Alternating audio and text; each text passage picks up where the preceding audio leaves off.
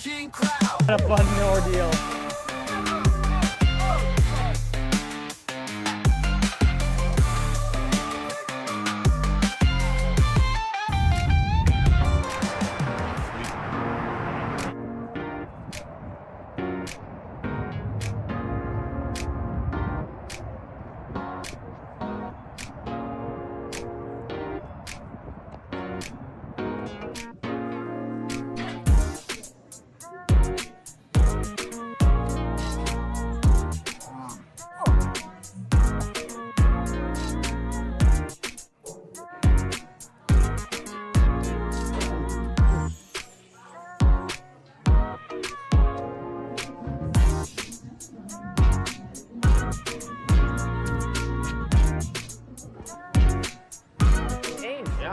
Post Malone edition. Second time being here. So we're not like the cameraman right now who's had Raising Cane's 45 times. This is only our second time having it. Yeah. We weren't too fond of it the first time. No, I didn't. I wasn't wanting to come back, but then of course, you know, this is the Post Malone, Dallas Cowboys inspired Raising Cane's. We saw some other Cowboys fans in here as well. It was quite busy, and so had to come back. Wasn't expecting much, but have to say, 100% better. 100% better. I would say probably the first experience was like a 5, just average. Yeah. No reason to come back. This one, 7. I'd come back. Do you think we were biased because it was to do with the Cowboys and stuff? Yeah, it definitely made it taste better. But I was a little upset because I did get my sticker with my meal, but I only got one piece of that Texas toast or whatever the hell it is, and you guys got 2. I had two. Adam did give me half of his. If you're flying into Dallas Love and you want to catch a Cowboys game, before you hit up your hotel, I highly recommend checking out the Post Malone Raising Cane's in Frisco, Texas. Frisco, Tesla. I'm not going to say I'm a Raising Cane aficionado, but when I'm in Dallas, Texas, I have to come to the Cowboys branded, Post Malone branded Raising Cane's. Did I like it a little bit better because it was posty? Probably. But I like the Texas toast, I like the chicken fingers, and I like the Raising Cane sauce, baby. Okay, what are you doing right now? Watching the video. What are you doing right now? Watching our video or watching your video? I'm waiting for a 94-year-old lady. I'm supposed to have sex with her in these bushes.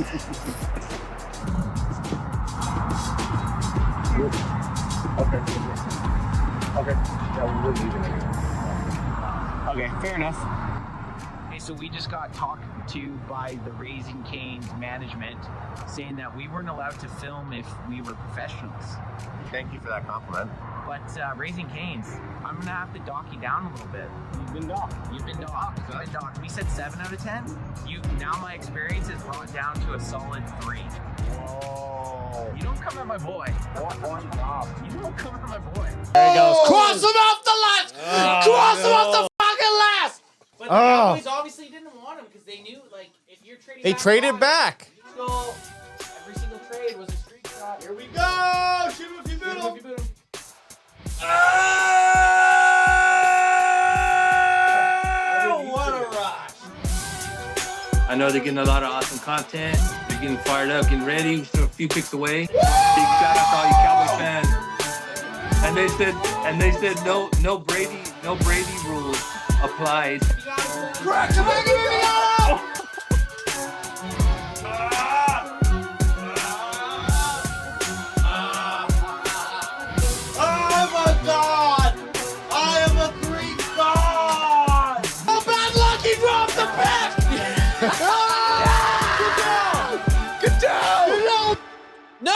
Guyton!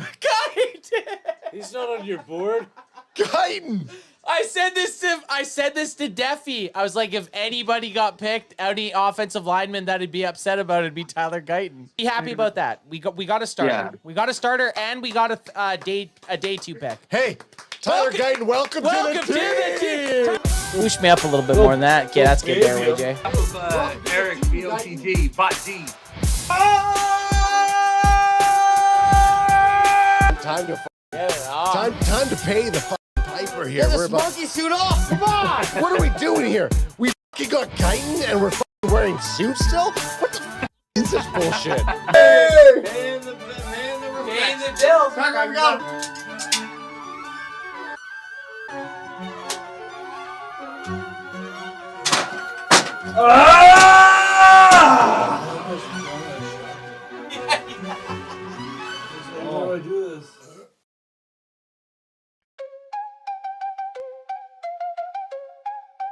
Thank you, Maniacs, for 20,000 subs. Thank you, Maniacs. 20,000 subs, thanks to the nation. You got our back like we eggs and bacon. Crack 'em if you got 'em, son. That be our war cry. Shotgun, screech shots, boosting every stream live. Thank you, Confana Maniacs. We do this cause we know you got our back. 20K milestone, all because of you. Big shout out, fam, from the Can Fan crew. Thank you, Maniacs, for 20,000 subs. Thank you, Maniacs, now let's go get that dub. Thank you, Maniacs, for 20,000 subs. Thank you, Maniacs, now let's go get that dub. Thank you, Maniacs, for 20,000 subs. Thank you, Maniacs, now let's go get that dub. Thank you, Maniacs, for 20,000 subs. Thank you, Maniacs, now let's go get that dub. Thank you, Maniacs, for 20,000 subs. Thank you, Maniacs. Where the fuck is he standing? Wide the fuck open! Thank you, Maniacs. How was he wide open? 20,000 subs. Thank you, Maniacs. 20,000 subs, thanks to the nation. You got our back like we eggs and bacon. Crack 'em if you got 'em, son. That be our war cry. Shotgun, screech shots, boosting every stream live. Thank you, Confana Maniacs. We do this cause we know you got our back. 20K milestone, all because of you. Big shout out, fam, from the Can Fan crew. Thank you, Maniacs, for 20,000 subs. Thank you, Maniacs, now let's go get that dub. Thank you, Maniacs, for 20,000 subs. Thank you, Maniacs, now let's go get that dub. Thank you, Maniacs, for 20,000 subs. Thank you, Maniacs, now let's go get that dub. Thank you, Maniacs, for 20,000 subs. Thank you, Maniacs, now let's go get that dub. Thank you, Maniacs, for 20,000 subs. Thank you, Maniacs. Thank you, Maniacs, for 20,000 subs. Thank you, Maniacs. Thank you, Maniacs, for 20,000 subs. Thank you, Maniacs. Come on, man, listen, man. Shout out to Canada, man. Shout out to the whole Cowboys Can fam. You feel what I'm saying, man? Thank you, We in the building, we Maniacs. doing big things, and big things popping, little things stopping. We outside, worldwide. It ain't been stepped on. Thank you, Maniacs.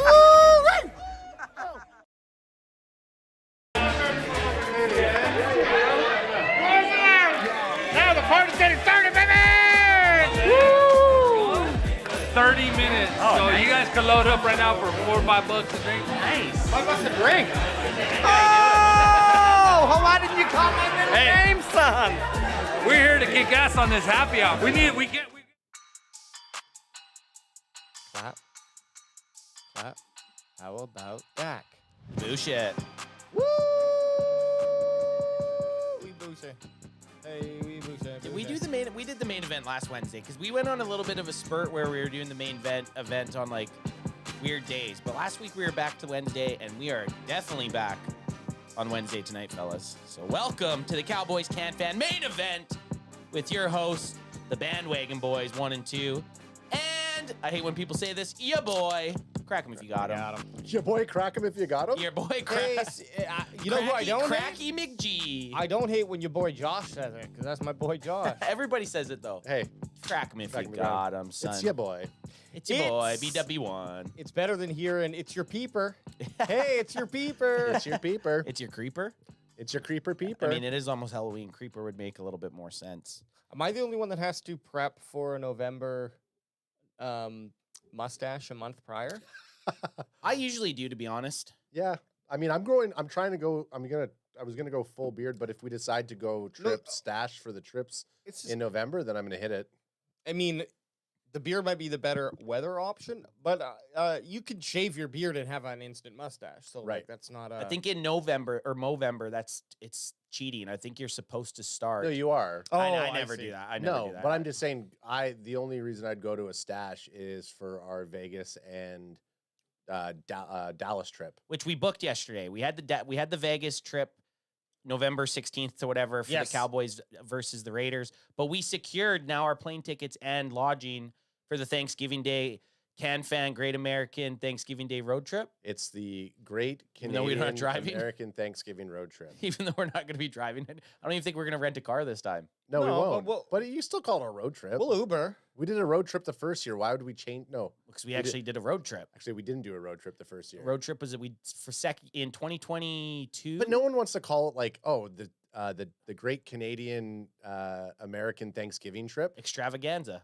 Yeah, We're you're not wrong. But this time we're back in that historic downtown. Well, I don't think we stayed at the first year. We didn't stay in Dallas though. Well, okay, maybe The first year we stayed in Fort Fort Worth. Worth. Second Then we year stayed Dallas. Second year we Okay. stayed Dallas. So Then we stayed some weird little town. And then last year we did Fort Worth again. So now we're back to Dallas because in 2022 we did Arlington, or it was near there. I woke up hungover as shit the day of the game, and all I hear is like this noise outside. I'm like, what the fuck is going on outside? I open the window. There's a parade going on outside the window, And it was raining. and it was pissing rain, terrible weather. But was yeah, that Giants game? that was a giant. Yeah, that was the Giants. Because I remember that we went there. Well, first off, we pregame and we just stood under the tree and drank. a Shotgunned, quesadilla. shotgunned a bunch of beers. You couldn't even it wasn't the same. Our first year down there when it was sunny and walking around talking to people, Gorgeous. and then the next year it was like the exact opposite weather. Yeah, and then the last few years of tailgating have been good. And Last year was a bit cold, but A little last year was a chilly, bit- but we can handle that. No, we can handle the dude, chill. we got our gang jackets. yeah, we got. Oh yeah, Gang hell yeah, we jackets. do. You can't say gang. we got our Well. yang jackets. Group, our dance group. We got our jackets. crew jackets. Yeah, we got crew our, jackets. We got our, Crew We got jackets. our CanFan Maniacs jackets. Right. Okay, that's what we got. So right off the hop, guys. Okay, we kind of started to talk about how we're doing. Anth, how are you doing? A little banged up. I'm on. Little banged up. I'm on the IR today. Pretty much. I did a little classic work race, I guess, foot race against a guy at work, and it did not go well for me. Did you pop the video somewhere or No, I didn't. I didn't even think about it. Okay. I didn't Damn even it. think about it. Well, we're gonna have to do a pregame against, I guess, on Friday Okay. because I didn't put it on anything, and I guess I could put it in the DMs right now, real quick. If you toss it in DMs, Yeah, toss it in the toss it in the DMs there, kid. Okay. So Anth will set it up. I'll set it up. Anth was getting beaked at by some young guns at work, and not only as a pushing 40 250 pounds. 250 male, he can't let these young bucks come in and start trashing him on it, so he had to step up. And when they start throwing down some stuff like, oh, I'm faster than you type of bullshit, it's very, very easy to put your money with where your mouth is. So And backwards. I didn't say I was going to beat him. I said, we're going to get in a race, and it's going to be a lot closer than you think. That's what I said. And it ended up being a lot worse than that, to say the least. Yeah. Okay. So hang on. Let me. Okay. Let me bring it. Let me be able to see it. I just have to try to, you know how fucking IG works. I was trying to go like this first before we did it. I got it all on record. Okay. So let me bring up the screen here. There we go. There. So Ant's on the left side and Buddy's on the right. Oh, God. What's it called? Okay, don't say anything. Let hear the sound.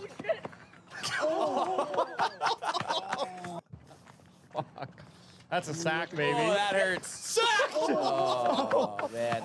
Hey, if you watch it, though, we're head-to-head here. Oh, yeah. And then I trip. That's what we call a sack lunch. Yeah, that hurt. Nom nom nom nom nom nom. I did not feel good. Oh, shit. Hey, yeah, you're. What's it called? Take my screen off because I can't. Oh, you can't, I would, you can't get off of it. Well, I can't get off of it without it exposing everything. Okay, there you go. There we go. I would not recommend racing in steel-toe boots. No, and for anyone who was listening there, what it was Anth racing a guy in steel-toe boots, and then he hop, skips, and jumps right into the pavement. Well, the gravel, I should say. Yeah, it was gravel, and I had to pick. So just a quick story. I had a bunch in my hand, had to peel it out, pick it out, scrape it out. Yeah. And now I feel like I have broken ribs. So back to BW1's original question, how we're all doing. I feel like I'm on the IR. I feel like I've been beat up. That's how I'm feeling over here. But I'm here, though. And I would do it again. Forever DC says, was it downhill? You would think. You would think it was downhill the way I fucking skid. But no, it wasn't. It was flat ground. Unfortunately. Actually, Elijah Olson with a $2 super chat saying, Ants, way to take a spill. No, he doesn't say that. He says, favorite Cowboys live from an Eagles fan. Oh, shit, yeah. Nothing to do with you, but I thought I'd try to tie it in there. I, you know what? I believe it's for me. Brent Packer guy says, Ant's arms inside, pumping back and forth, lean forward, keep your feet straight, not flopping out. That's how you sprint. I was wearing work boots, okay? The guy had running shoes on. If I'm in running shoes, I don't fall down. I think I do a tiny bit better. I might have still lost, but I think I at least hold my dignity. The funny thing is, I was thinking before we move on, when he's challenged me to race, I was like, okay, I'll race you. What's the worst thing that could happen? I'll lose a race. Big fucking deal. Well, that's a lie. I wiped out in front of everybody, and now that video got sent to, I don't know, 1,000 people. But number two, the two things I was thinking in the air. Shit, I better not land on my face. And while I was in midair is I'm going to look like a fucking idiot. That was literally the thing I was thinking as I was flying through the air. That's fun. I mean, I probably watched it 30 times. I made sure I called my wife and kids right away and said, go see what happened to Uncle Anthony. And then they all laughed at it and watched it a bunch. And then just driving home from work today, I wasn't listening to music or anything. And I just thought about us watching the video, and I could see you falling in my eyes, and I'm just like, oh man, I feel that puts a smile on my face. So at least you're getting some immediate laughs from everything, which is also good. Also too as well. Shouldn't have started a podcast about the Dallas Cowboys. I should have just started a podcast about me wiping out Bailey. But you know, this is going to affect your football in the groin. Yeah. But it's football in a groin. Look, I'm glad you put the video out yourself because it's going to affect your draft. It is. Your draft rank this it year. Is, definitely. Forever DC says, so make sure the Broncos wear steel toe boots. That'd be an option. Hey, yo. Nate Dogg's in the house. Survey says, Anthony, you're still faster than B Unit, says Nate Dogg. And then Brent Packer guy says, if it makes you feel better, Anth, you could probably outsprint me running backwards with an adult beverage and a cigar. So, okay. A lot of people. All right, guys. Thanks for having me back. But hey, we got a jam-packed show today. I don't know what happened to your camera went? Do you need me to get it? Just it's out of focus first. Here, I'll fix it. I'll go. That's okay. What we're going to bring up right now is some Dallas Cowboys trade talk. Maxx Crosby.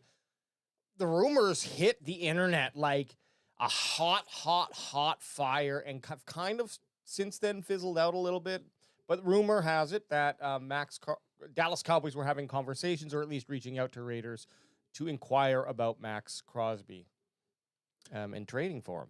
Yeah. I'm just trying to find a good article here. Well, while you're looking for an article, the Raiders did come out and say that he's not for sale. Not that that means anything. Teams are going to say that to kind of flame the fire. But interesting enough, Maxx Crosby went out and started following a bunch of the Dallas Cowboys players on social media accounts. Yeah. So it's like, why would he just randomly do that? Is it just to maybe make some buzz around the situation? But back to the whole point of it, like, if you guys, it just seems like such a weird thing for the Cowboys to trade away Micah Parsons. Yep. Who I'd say is a tier above Maxx Crosby as a pass rusher. Definitely. Nothing against Maxx Crosby. Maxx Crosby, he's in the tier below. Yeah, easily. He's and their pay says that. But it's just weird to trade away a guy you drafted, like the dude when you drafted Micah Parsons, you wanted him to be exactly what he was. He ends up doing that. You trade him away, and then you're gonna go and trade for a defensive end to replace him. It's kind of strange.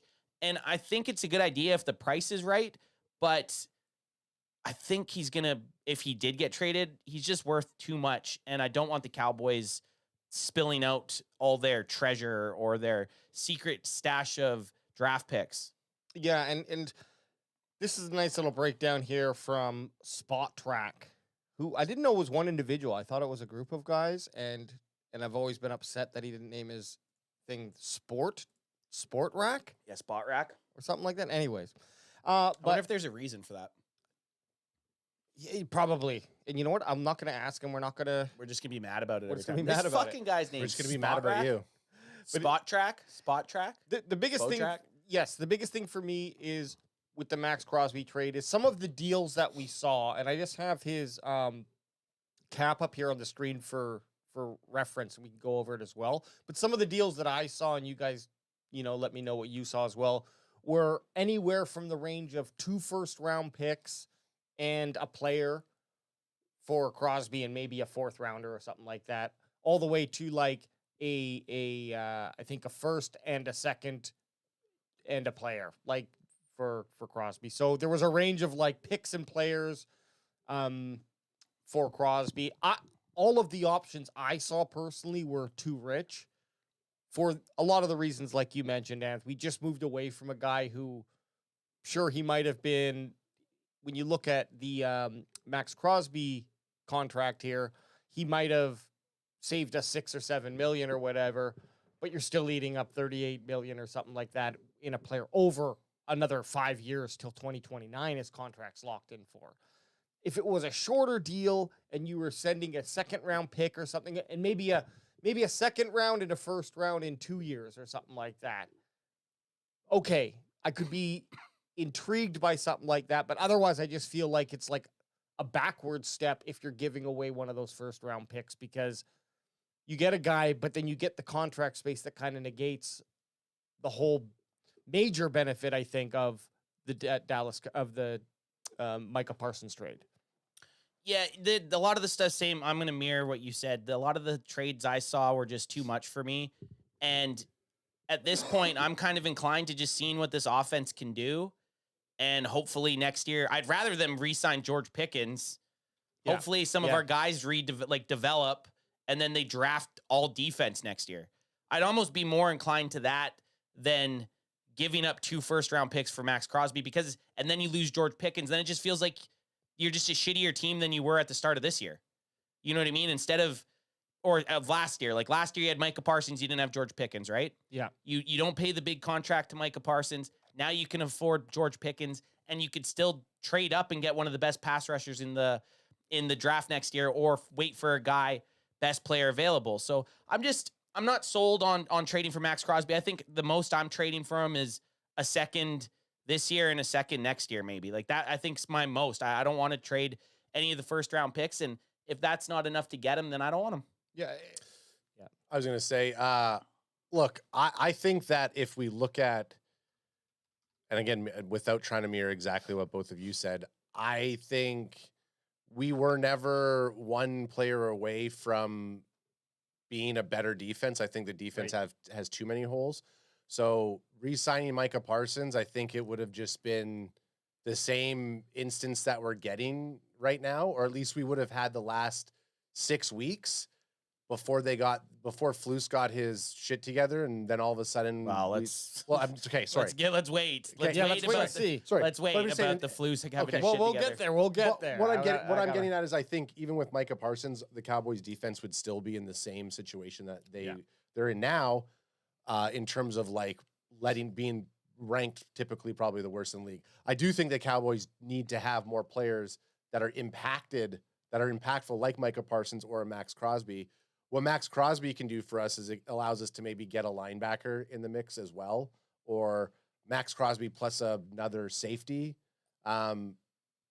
He's probably a little too rich for what we're going to go for, but there's other guys in his position that should now come surface. It's like, oh, if the Cowboys are looking for that type of person, what about this guy here? And maybe he's half the price as Maxx Crosby, and all of a sudden now that it opens up any opportunities. I do think if we get Crosby, we probably will end up getting Pickens, and we could probably get Javonte Williams. I'm sure they could get that type of deal if they traded for Crosby. Because now you got Crosby's. You got Crosby's $30 million next season. Sorry, I meant to say that I think we ought to offload somebody like Diggs in the mix of it to try to free up some more space. That makes sense. So you offload Diggs, you get Crosby, and then you can get your offense re-signed. And do you just mean like cutting Diggs? No, I mean like trying to trade him. I don't think. What sane person's trading for Trevon Diggs right now? Would you guys? No. It's because you're taking his contract over. That's the only problem with Trevon Diggs. If I'm a team, especially with the behind the scenes stuff that's happening, I'm fucking, and that's a whole nother story. But back to the Maxx Crosby thing. I think it's just smoke and mirrors. And whenever there's some sort of player that might be on a trading block, what's the first team that gets linked to him? Cowboys. Dallas Cowboys. I'm sure there was a sniff of interest, but Cowboys are not going to be making a trade that involves any of those first round picks. At least I don't expect them to. And that's would make sense that the Raiders would want that. So just don't think it's going anywhere. But hey, that's what I thought about Parsons. Our boy Revdro is on our Instagram live right now, and he's saying Crosby is way too badass to be a Cowboy anyways. Rev, you're a Pats fan. Let's be easy. Why is he following our Rev's now back intrigued in football now that Drake May's doing decent. And I know the roller pigs. Spoiled Boston roller pig. The roller pigs are coming for the snakes in the DWAC League. Hey guys, let me get one of these in. Yeah. Crack if you got him. You got him, son. 3 big Dallas Cowboy boys could be back this week, and let me just pull this up here. Let me just zoom this in. Tommy Yarish. Never know what to think of that guy, but he writes good stuff.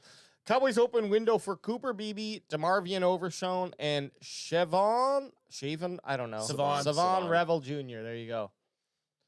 Who do you want back? If you got to pick out of those 3 to play, I don't know. Against the Broncos? Well, I don't think they're all. But let's say you could pick one of these 3 guys to come and play against the Broncos. And they're like, no, I'm not going to say 100%, but they're good enough to play. They're good enough to play. They're Overshone. Season 100%. Overshone without a doubt. Yeah. Well, yeah, I guess. Head over heels over.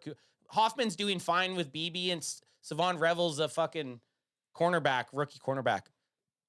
Those don't usually pan out very well. And I think, like you said, Hoffman. I don't know if you said it or if you were thinking about it, Hoffman's doing. He's doing well. Pretty well right now. So rushing BB back, that's just one of those positions where it's like Hoffman's getting his turn in the spotlight. Is Savon Revel being active? If I show you these photos, though. Oh, Overshone already. Overshone for sure. Definitely in swag value, you're going Overshone. Yeah. But so then, just so that, how about you guys? Ad, you said. Well, I was just gonna say. I mean, I feel like Cooper Beebe is probably gonna come back because I don't think his injury. Oh, you know what? Honestly. Let him go through the bye and then have him come back for the player. I actually don't want to. It's a situation where you pick the player. Yeah. Who do you want? I'm talking through myself. They're fine, and they're fine. And they're all of them are equally as healthy. Overshone. I want somebody in that linebacker position to really help ignite that offense. I mean, it's one of our areas now that defense. On defense. Like now that James has been kind of overtaking Sanborn's, and this last week with him on those blitz packages. Now you get Overshone in the mix there. I think now our defense is starting to hum a little bit. You got some speed at the defensive position. It's nice to see linebacking position. Just quickly on Shamar James there, we critiqued him about his tackling being far downfield, and I honestly haven't looked at last week's stats to see if it was different, but it certainly felt like he was more impactful. Had a turnover. As a linebacker, yeah. Had that sack on, I think it was, I don't know if it was Jaden Daniels, might have been Marcus Mariota. Mariota, but sacked them, forced a fumble. Yep. And he got to the quarterback in 2.28 seconds, which was 4th fastest off the ball in the NFL this year. Oh, wow. So he's got that instinct. Wheels. You got to send him more. I thought Shamar James played a lot better, but I think getting Overshone back. He's a different dude. He's a different dude. Yeah. AJ, who you taking? I'm taking Overshone as well. I was actually going to say BB, but then after you do consider that the line's been playing fair enough, like certainly could be better with BB, but because of the elite play that Tak's having right now, and just the CeeDee Lamb it sucks because he had a phenomenal game and it was just overshone from GP3 and just the miraculous catch. He had 4 catches that were just like, holy and fuck. Almost all 4 of them were single cover, right guy right on him, just perfect catches. And then, but I'm just saying, for that reason, BB's out. Savon Revel, don't know him enough. And so Overshone. Now, my only caution is, it obviously, we've been waiting to see Overshone, and when he has played for the Cowboys, he's been pretty electric and fun to watch and had some major, highlight moments. But he's going to, let's ease him back in because the last thing we want is his knee to blow again, and then it's done. Then you can't come back from 3. Then you're wrapped, right? Like, so that's just crazy. You don't even our have 3 knees. our expectations, as much as like, I'm going to celebrate as soon as he has a big play, and you know how we're going to react.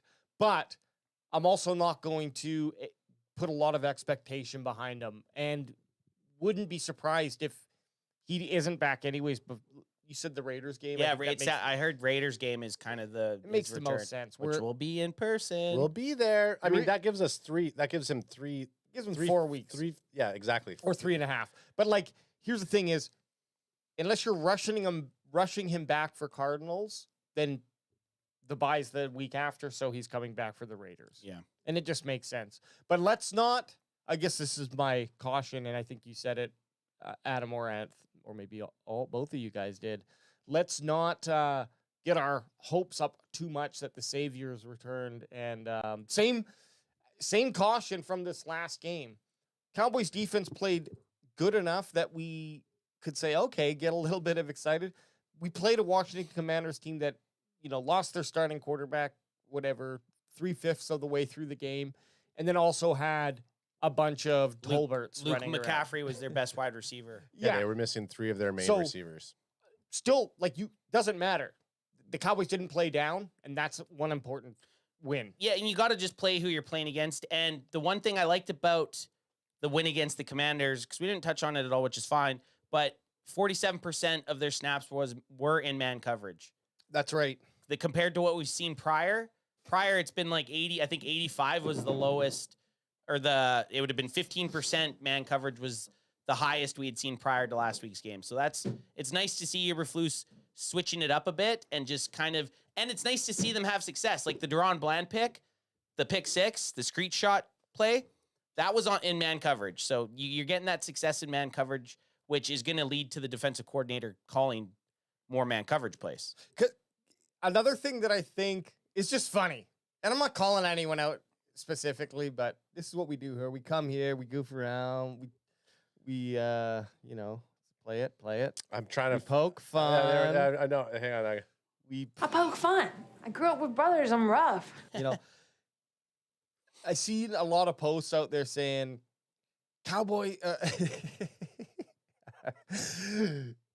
Cowboys finally listened to their fans and started. And I'm like, okay, hold the horse.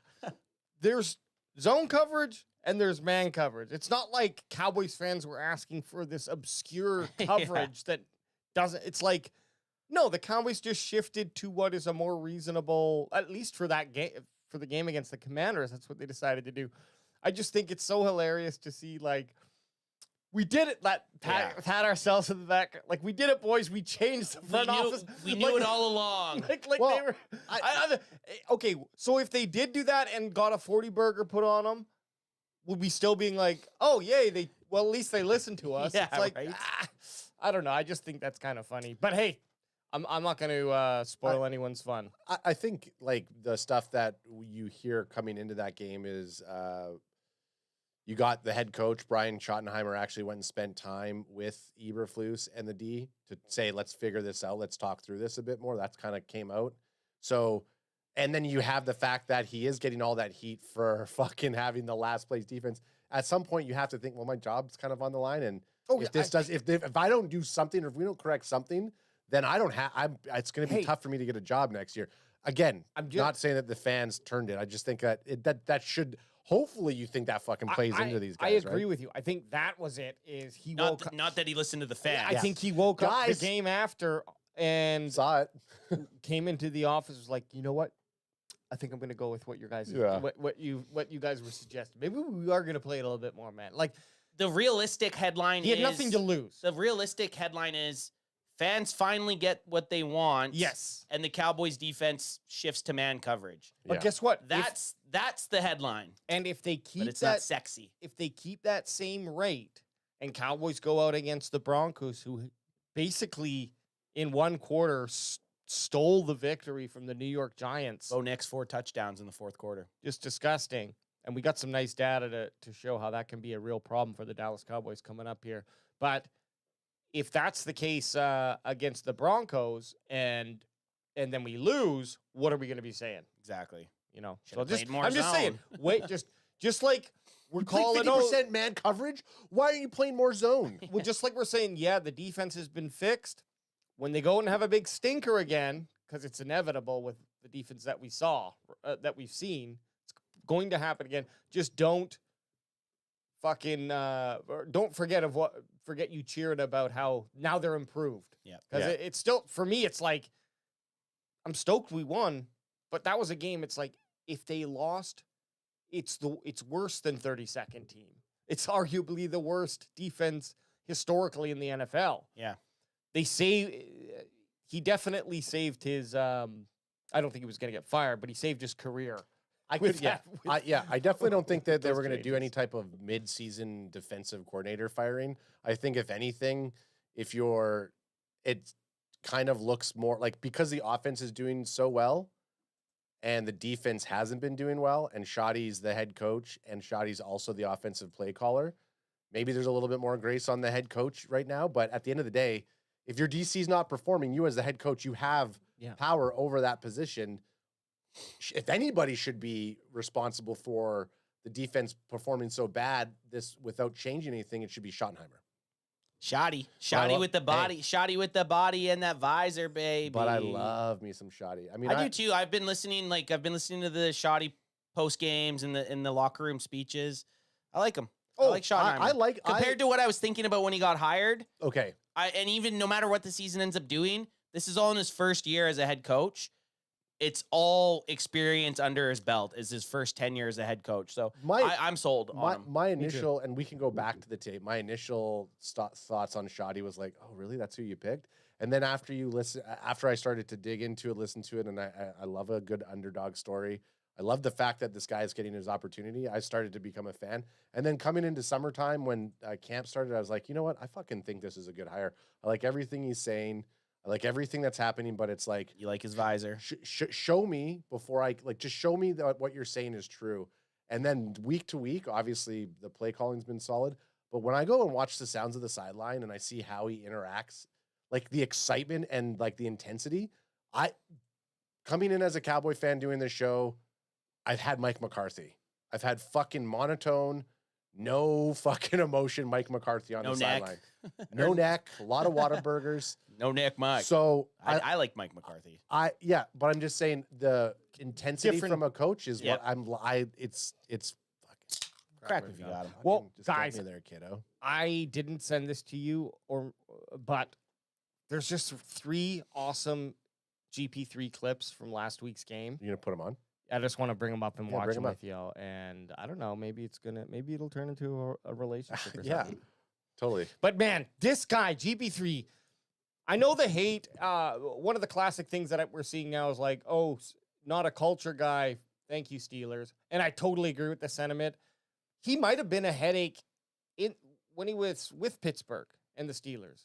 But then he just falls into place properly here in Dallas. So isn't that anybody in a working situation? You put me in an awful work situation where I don't think I'm being utilized, and I'll be a nightmare also. And then if I'm in a good situation, I'll be the best person to work with. So yeah, it's no different with football players. The guy, look at the fucking bums this dude had throwing to him for the last 3 or 4 years or 3 years in Pittsburgh. So, well, this is one of my favorite mic'd up moments from GP3, and then we got 2 more to watch too, where he's kind of ragging on Lattimore and getting under Lattimore's skin. And if you might not have it here, but there's my favorite one. Well, we'll see, because I got these 3, and then you can. I can tell you where it is. These were just the clips. I didn't go through myself, but this is Colin Brennan, and these are all from Sounds of the Sideline on like the YouTube Dallas Cowboys page. Yeah. Which are always good to watch. Here's Prescott flipping it out to Pickens on the left side to about the 33.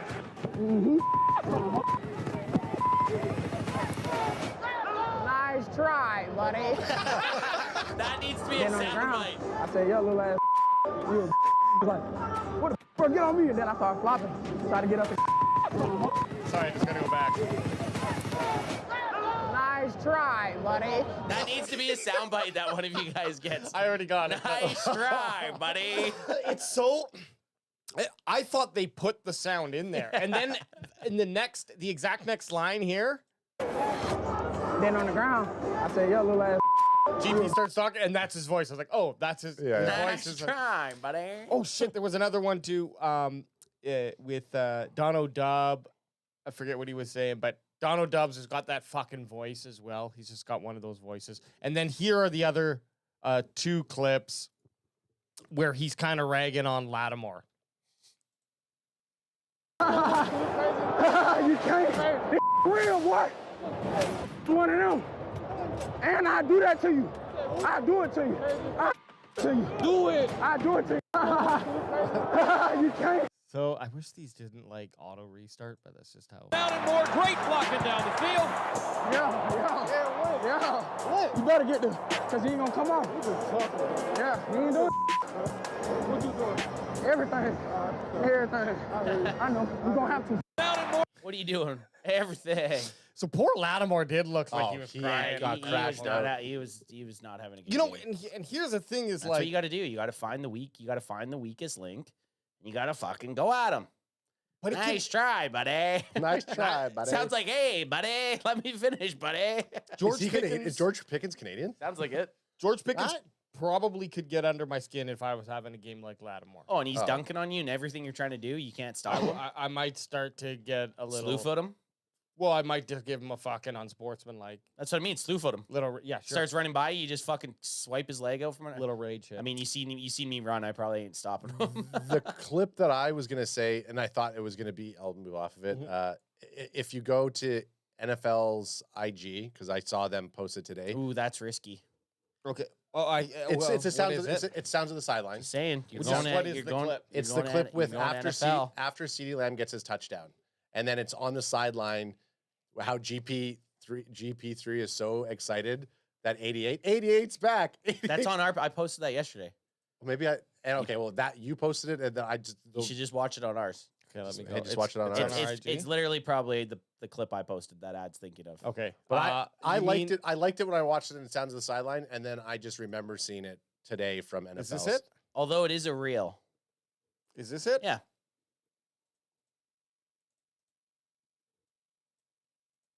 Deep You don't need to ball to restart the it. middle to Lamb. Walk your dog.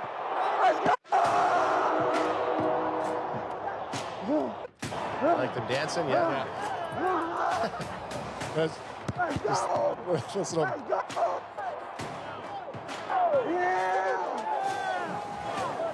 Me and Twin running in the end zone together like, let's go. Wilson's voice. Yeah. 88 is back. I'm saying they need 6. Yeah, man. And look, He's at their hype. They're hyped together, oh, man. it's like the two best friends that anybody can have. They're Look, the two best friends that anybody can have. here's the fun thing about this season from the rest of the point on is the Cowboys have gone through some terrible games. And I think adversity-wise, they've just come out of it stuck together. And one of the biggest points could be, well, if Pickens was a headache and the Cowboys went through, lost to the Bears, lost to the Panthers, Eagles loss, I think that was a good loss. It was a feel-good loss. Yeah. And they still come out and have this camaraderie going into the game against Washington. Are still 500 at week 8, which is fun. Yeah, but the team feels together. This doesn't feel like a 500 team. Let's just say week 8 this year compared to last year, week 8, I'm pretty sure that's when Dak had just got hurt or pretty close to that. Right. But this feels completely different. Sure, there's been a couple bad losses. I hate to say it, this team could be fucking 5-2. I know. Or sorry, 6-2. Don't say you hate it. I do because I hate being that guy because then you could say that for any team. Right? Well, Yeah, you can say that for any team, but yeah, you're right. And I'm going to let you. You're allowed to have an opinion on this show, Anth. What you're not allowed to do is not sit back and drink one of these sweet, sweet drips with Double R. I'm drinking a pink lemonade, and it is Delightful. That's the other soundbite we should get for Drip. Whenever we bring up Drip, is when George Pickens was on. He goes, "George Pickens, Drip University." That is okay. funny. Yeah, it was hilarious. Nice. Well, he does From have the last game. But hey, guys, we got a game coming up here. The Week 8 Dallas Cowboys 3-3-1 versus the Denver Broncos 5-2, which is kind of odd to see. Doesn't it feel weird to see a 5-2 Denver Broncos? 5-2, yeah, that's a good record, man. You're in the top echelon of the NFL. Yeah, and I did a 5-2 is nice. I did a quick little look. Cowboys are out of the playoff hunt right now. Yep, There's I a think lot they're of sitting at what, 9? they're 8 or 9? They're in that leg right below. Yeah. So 8 or 9 or 10, like a tie. There's like 4 fucking NFC teams that are 5-2. Well, funny enough, they It's are crazy. sitting by themselves with their 3-3-1. Right, because they have the tie. And right now, because the Packers are in first place at 4-1-1. They're the top ranked team. So the NFL does their point system weird. Because you think 5 wins would be better than 4-1, but it's not. Because they must have something to do with win percentage or because the other teams have 2 losses. Well, it'll go for the win percentage, but then it goes to the head-and-head, and then the. You know what I mean? Like in hockey, if you're 4-1-1, you're gonna have 9 points. Where if you're 5-2, you're gonna have 10 points. Yes, you're right. I don't know how football does win percentage. Win percentage, exactly. Instead of points. It's not points. So I was looking at the standings. I was like, how the fuck is Green Bay in first place? They have 4 wins, and there's 4 other teams with 5 wins. But you learn something new every day, I guess. Hey, McFly! Right? The one thing, one of the first comments in chat when we were coming in was, oh my gosh, 11,000 days. And Faf, I think from Faf About, I can't go all the way back to take a look, but Faf About asked, 11,000 days since the Cowboys haven't beat the Broncos. Surely they've beat them before that. Have beaten the Broncos. Surely they have beaten the Broncos in that time. And Boots, I don't think he's in the chat anymore, but Boots was saying, oh no, that's just at Denver. And then when we were talking pre-roll, you're like, no. Well, these are all at Denver, though. Oh no, they're not. The No, bottom it's not. ones are. This is That's just Football you're right. Database. Dallas Cowboys versus Broncos. They've only played 14 games. Yeah, that's the difference when you're not in the same conference, right? It's wild compared to whatever the 70 games that the Cowboys and Commanders have played. Yeah, September 10th, 1995. That's exactly 11,000 days ago. It's exactly 11,000 days That's ago. That's pretty crazy. I just looked, and this is how you can tell that the NFL has had CanFan in its script since the dawn of time. Yeah, but you can see here the last win for the Cowboys against the Broncos was in September 10th, 1995.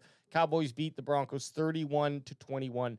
Since Dak Prescott has been playing, the Cowboys are 0-2 versus the Broncos. And CanFan, if we're going, kind of down the order, we're 0-1. And we're 0-1. Yeah. 30-16. That was our first year, 2021. Doing the show. But let me just skip off that. So yeah, they fucking killed it in the prior to that 95 game though. Holy shit. Maybe that I obviously didn't double check that myself, so perhaps there is. I'm respecting a website that's built on producing that data to make sure, but it could be wrong. I trust Boots over the website. Let me just say. So no, you could. I feel like we're gonna go with it being accurate, or at least it's a catchy headline. They haven't won since They haven't won since the Simpsons episode. Yeah, since Homer Simpson got given the Denver Broncos instead of the Dallas Cowboys. Oh, the Denver Broncos. Oh! Okay. Well, here we are, Dallas Cowboys. Here we are going into week 8. We got ups across the board, except for we're still the 32nd ranked defense. So 76.1 rank overall. PFF rankings, by the way. We're ranked 10th, 80.1 offense overall. We're ranked 4th, and 51.7 defense. Went up from 47, but we're 32nd ranked, so no change there. We're slowly improving on defense as far as PFF grade, and I'll say this with actual not PFF grade, like yards against and all that total defense and shit, the Cowboys have moved up a little bit. But PFF and those stats are a little bit different. They're still bottom 3 in almost every category. Exactly. Overall, they're still the worst. But who cares? At this point, we're looking to get to 25. If the Cowboys get to the PFF ranked 25th ranked defense, they are a Super Bowl contending team. Shit, yeah, they with are. this offense. With the offense continuing to cook. The offense doesn't slow down and keeps pace. That's the key. That's where we got to get to. The offense has to keep cooking. Defense just has to get better. You just got to get to like 62. Just get better. And you know what? Right now, I feel like we are. What were they? 47 last week. Yep. Give us another +4. They're 54 next week. Give us another +4 after the Arizona game. They're 58 going into the bye. We're feeling pretty damn good. We're feeling better. We're feeling better than that 47 last week. I'll tell you that much. Javonte Williams, I just figured like he's a dude who we should just take a little bit of a closer look at. What I don't include here for the Canf Analytics is anything that's obvious. So like, yeah, we know he's second in rushing and we know that he's second in touchdowns or whatever. Let's look a little deeper. Let's dig a little deeper under the skin. Baby. To why he's those second places in rushing and touchdowns. Williams, pull that foreskin back. Let's have a real good look. Let's see that turtle head. So something that's interesting is a 3.03 rushing efficiency. That's his north to south rushing, meaning he's not running east to west to get a yard. He's not running 5 yards to the left or right. He's running downhill. He's running straight up right into your mouth. He's coming. Yeah, he's running downhill and he's looking for someone to bang it off of. I think it was 2.9 was the next highest in the, I forget who that was. Rico Dowdle. So Rico Dowdle. He has 142 rush yards over expected. So where he was supposed to be tackled, just plus on 142 rush yards, no biggie. That's first in the NFL. And this is the biggest kicker for me, guys. 416 yards after contact. All of them are actually after the contract was signed. He's ranked second. 70% of his total yards are after contract. So he's getting hit. It's those big runs. He's just fucking pounding. Every big run he's had hasn't came because he's had an open hole. He's bounced off 2 or 3 guys and hit the side. Right. Yep. Even last week he did it. And then the Jets game right before halftime, bounced off 3 guys, had a giant 60-yard run. So that's 416 yards because he has 600 and something. So that's pretty wild that 416 of his yards are after the contact. It is. To me, that was like, he's putting in work. I was like, holy smokes. And that's another thing back to what we were talking about, the BB being brought back in. Our run, like Javonte Williams is cooking right now, right? So I don't think bringing BB back in would stir things up too crazy. But if we could get someone else healthier, then that's why I would have picked someone else. Yeah, sure. And we want all 3 of those guys in. I do want to see Kalen Carson too. But right now, if it's a matter of rushing BB back or not, with what we're seeing with Williams running and how that line is working, there's no rush. And that's a nice feeling. It is. Now we're going to be heading into the touch and tips. Cowboys, Broncos. Denver leads this overall series 9 wins to 5, which again is just a surprisingly low amount for 2 teams who've been in the league since the 70s, but that's it. Cowboys 0 turnovers with 2 turnovers last week, ranking them 14th. So we climbed up. We've climbed back into that nice. We're not negative anymore. Which is We're in nice. a good place. We're in a good place. Yeah. Broncos -2. They're in 19th place. Points scored per game for the offense. Cowboys 31.7. They moved up to second. Broncos in the middle of the pack, basically 23.3. And points against per game. So 29.4 against the defense. 30th ranked, and the Broncos have 18.1, and they're the 4th ranked. So you're going to see some strengths here. You're looking at the points scored by the Dallas Cowboys, ranked second, and they're going up against the 4th best points against defense. So this is going to be one of those which moves. Do the Cowboys keep scoring, or do the Broncos keep stopping people from scoring? And we're going to know better about both these teams following this game, because both of those units have been super successful this season up to now, and this is going to be a real testing point for both teams. Yeah, and I think the interesting thing is, where do you feel if you had a 50-50 coin flip, NFL defense, the number 1 NFL defense versus the number 1 NFL offense, who would you pick in a coin flip? My money goes to offense. They just have the more the calls fall more in their favor. So it's a good thing that Cowboys are in this kind of face-off. But you're absolutely right. This might be the best defense we're facing in overall. Well, when the Cowboys played the Packers at the time, and I mean, I'm sure it was only week 4, or what week was that? Yeah, week 4. Brent Packer guys in the chat, he'll correct you for whatever you're going to say. They were the top ranked defense at that time, and the Cowboys still put up 40 on them. again, that's in the first 4 weeks of the season, so take that with a grain of salt. But this, I'd say, for the circumstance, week 8, they've played, teams are starting to settle in. Yeah. This has got to be one of the best defenses, if not the best. Yeah, and Green Bay does have a really good defense. So, like, I just don't know, is Green Bay overall better than Broncos? Let's just say that they're pretty similar. They have And Micah Cowboys, Parsons.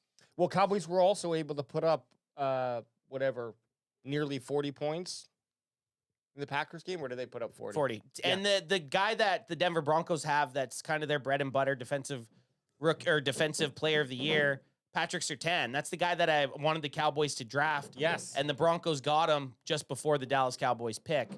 And looking back at that, I was kind of happy we didn't get him because we got Micah. Yep. But now that when Micah's not on this team, it's like Patrick Surtain is on. He can shut down half the field, and it'll be interesting to see what they do with him. If they end up having him go follow a certain player, if they just have him sitting on the left, I don't know enough about their scheme to know what they're planning on doing. But it's going to be exciting to see him against the Dallas Cowboys for sure. Yeah, that's a good matchup. If you got him. If you got him. That might be something, if we can touch base before I can add to this, is just a couple matchups of the week to watch. What I would love, and it's just a request, and we could do it free balling after this, is just to look. We don't have to spend lots of time on it, but I do like when we see the dehydration. Oh, sure. The PFS? And just take a look and see how it lines up. Before we do our last slide, we'll do that. Just have a quick look to get a nice piss meter on everyone. Oh, yes, Daddy. Oh, yes, Daddy. Caillou. Okay. Is that Caillou? Yeah, I didn't know what it was fucking from. Caillou, you fucking bitch. Then I saw a video and I was refuse to let my kids watch that growing Here, up. let me hit this. Dallas Cowboys fast blast in the ass. Fact blast. Fast blast in the ass. Fact blast in the ass, baby. Okay, so I'll take it. So fact blast in the ass. Do offense, Ad, and then Anthony do defense. No, I was just joking. No, Ad, go. No, so you go. So offense. You fact blasted me. The last 4 games equals 0 turnovers. 44.1% third down rate, 7th in the NFL, and a 75% fourth down rate, which is 5th in the NFL. Nice. And then we have 3.5 offensive touchdowns a game, which is 3rd, and 4.3 last 4 games. So we've gone up almost a full yard to jump up 2 spots. No. It's touchdowns. Whoa, Touchdowns, sorry. You were close. 3.4 offensive touchdowns. I'm an idiot. Take it again, Ann. Overall. But in the last 4 games, we have 4.3. So we, 28 points coming from just touchdowns, and that's not including Aubrey's leg. Yeah, that has nothing to do with field goals, and then the occasional pick 6 that we might hopefully start getting, which we had one last week, and that kind of leads into the defense pretty nicely with 9.1 points given up fourth quarter, which is 26th. This is on the defense, and then 5.3 points given up in the third quarter, which is 20th. Just context. The reason I put that there is because I wanted to show. Look how much more points the Cowboys give up in the fourth quarter than they do in the third quarter. Now, the second half has traditionally been a higher scoring. Even over the last few seasons, a lot of it, though, was the Cowboys would take Dak out, or they would have been up by so much that they would give up 1 or 2 extra touchdowns in the second half because it really didn't matter. In this case, we have been in this season, we've been needing those games for the most part, or needing to win in the second half. And it's the fourth quarter that the Cowboys really seem to fall apart, where we need them to play that staunch defense. They seem to perform fairly well in the third quarter, only 5.3 points, still ranked 20th, but then they nearly double that in the fourth quarter and allow 9.1 points in the fourth quarter. So almost double. No, 8.7 average of depth for each target, which is 26th in the NFL. So the targets on the opposing offense are almost getting deep enough for first downs every single play, and you're seeing that. And then 531 rush yards after contact, which is 27th in the NFL. So the Dallas Cowboys offense, and crack me if you got him, and Javonte Williams are getting those nice yards after contact, but the defense is also giving up a whole slew of them and are placed in the bottom, 33 percentile of the NFL. Yeah, look, a little bit better, but still, bottom tier. No matter how you fucking... Yeah, if you're not... we said 25th. I think 25 and up is what you're looking for, because 26 and down, you're Yeah. You're just sucking it. You're sucking it hard. 25, I'm starting to raise an eyebrow. 26, I'm kicking dirt in your Even face. 25 still bad. It's still terrible, But it's better than 32nd or 27th. 27th. My math tells me. Just by one. The math in. Adam, you want to hit the Denver Broncos fact blast in the ass. The offense last 4 games equals 2 turnovers for the Denver Broncos. You see how I kind of corrected myself as I fucked my turnovers. 2 turnovers. They're 35.8% third down rate, which is 23rd in the NFL, and a 50% for fourth down rate, which is 22nd in the NFL.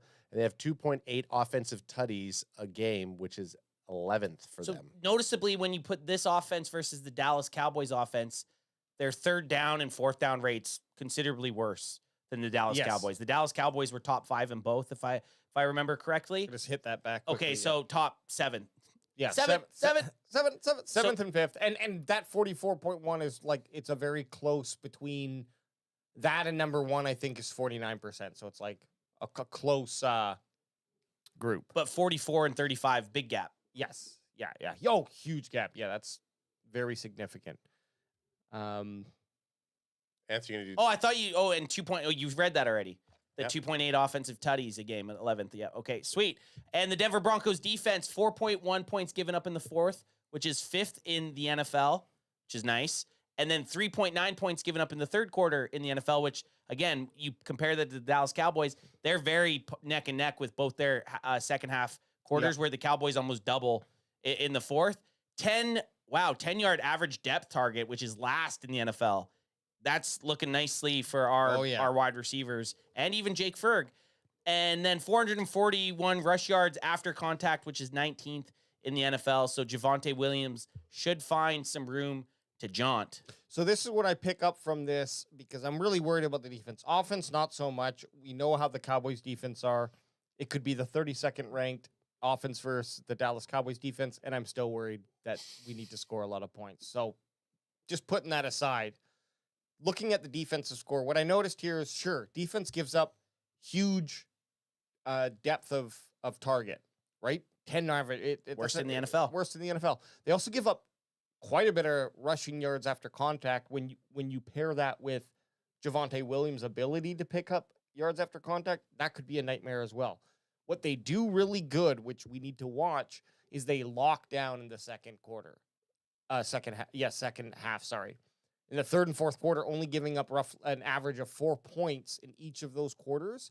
The Cowboys either need to break that trend, and score points anyways, or they need to go big in the first and then keep pace in the second. Because if you add them up 8 points in the second half, that's not much. Yeah.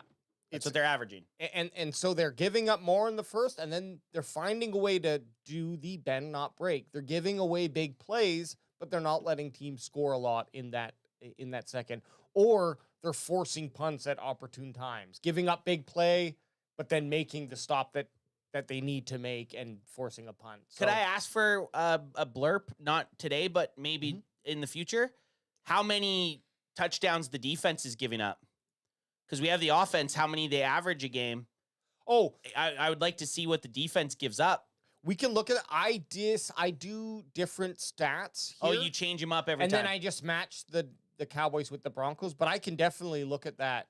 You know what I mean? Like, I think that would be an interesting one, because and really telling one. Like, if the Cowboys defense is giving up on average 4 touchdowns a game and the Broncos defense is giving up 2, right? That's a pretty big gap. Yeah.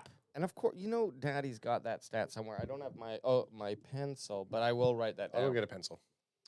Well, I can just write it up, make a note here. Well, Adam's going to head out there real quick before we get to our next, or is the next one? Oh, yeah. Now we're going to look at our, well, Adam wanted to look at this, but he's gone. We're going to look at our piss. Jesus. Our piss. Wow. No wonder the defense is ranked 50 point or 51 point, whatever. No, this is Broncos. Oh, no. No, that's Cowboys. That's Cowboys. Okay, whoops. Yeah, that's definitely the Cowboys. So we do 11 and nickel, right? Yeah, do nickel. Okay, so this is the Dallas Cowboys defense. Adam wanted to get Adam likes to get a good look at the boys' piss. Let me just tell you, it's not good. I mean, I don't see anything good there. No, and even Fowler, who's Fowler there. Jr. at 75. It's formidable, but not great. Yeah, No, he hasn't shown me enough on the field to be like, oh, okay, that's okay. This is bad. So when I look at these, if I agree with the number makes sense. If I don't agree, like with You're like, Fowler ugh. Jr., I'm like, he's probably doing what he's required to do, but he's not showing up in games where we're noticing him. So sure, Fowler Jr. has the highest rank for the Dallas Cowboys defense at 75. He's the only one drinking water. Everyone else is refusing to drink water. They're just sticking to their Bud Lights or whatever they're drinking. Sam Williams literally ranked the last of last. Very He's disappointing. He needs to have a good second half of his season, or I don't think he's getting re-signed. He's not getting re-signed. No, not a chance, unless it's like for fucking peanuts. No, not with Ezra D Easy. There you go. Thank you. He's been having just like Shamar James over the last 2 games, quietly really improving his games, at least in terms of his fantasy point production.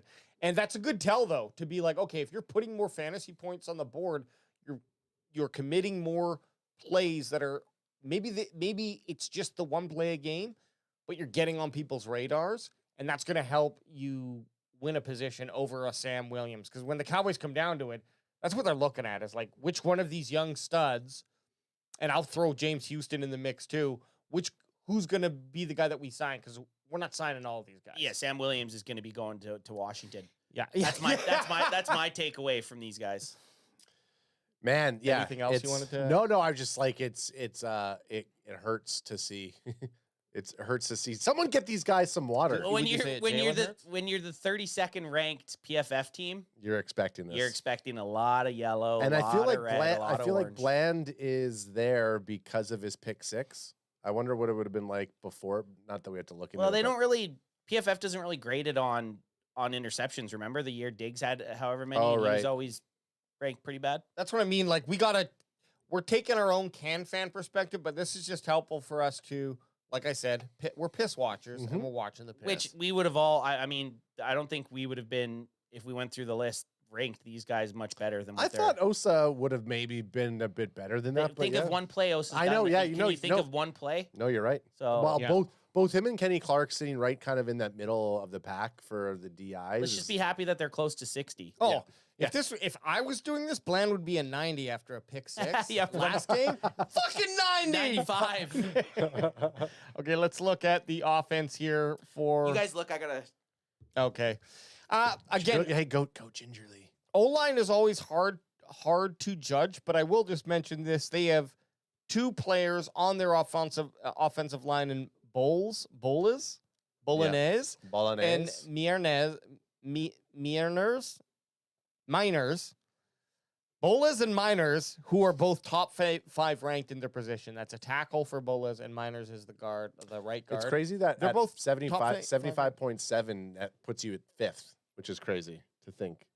Yeah, well, this is what I was getting to, though, is just saying I don't trust these I don't understand how the offensive line rankings work because they're not consistent with when you look at stats. Maybe they are playing their position much better, but then you can look at an O-line that is better ranked than the Dallas Cowboys, for example, and their stats are worse. Their quarterback stats are worse. Sure. So is it Dak? Is it the O-line? 6'7"? Yeah, 6'7", baby. Just being lame. Nix, he's someone who we're going to have to worry about. Dobbins is having a fairly good season. He's kind of just a mid-tier dude, but if you give him a chance, he's going to make something out of it. So look for a couple big plays against the Cowboys. Yeah. I was going to say he's with this type of defense, he's probably going to look like Rico Dowdle did, unfortunately. And Palczewski, the left guard, he is a backup. I do know that. Okay. Number 63. His first start was last week at left guard, so this will be his second start. Well, Sound like he did all right against the Giants. Yeah, and if he's on the Dallas Cowboys offensive line, we might be taking him with a 59 rank. I'm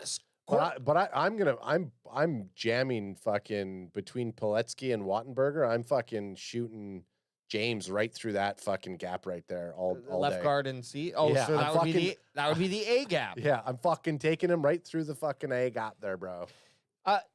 on their wide receiver, I don't know, is Troy Franklin Jr.? Yep, that's the The Oregon guy. Duck guy. Yeah, liked him. We'll see.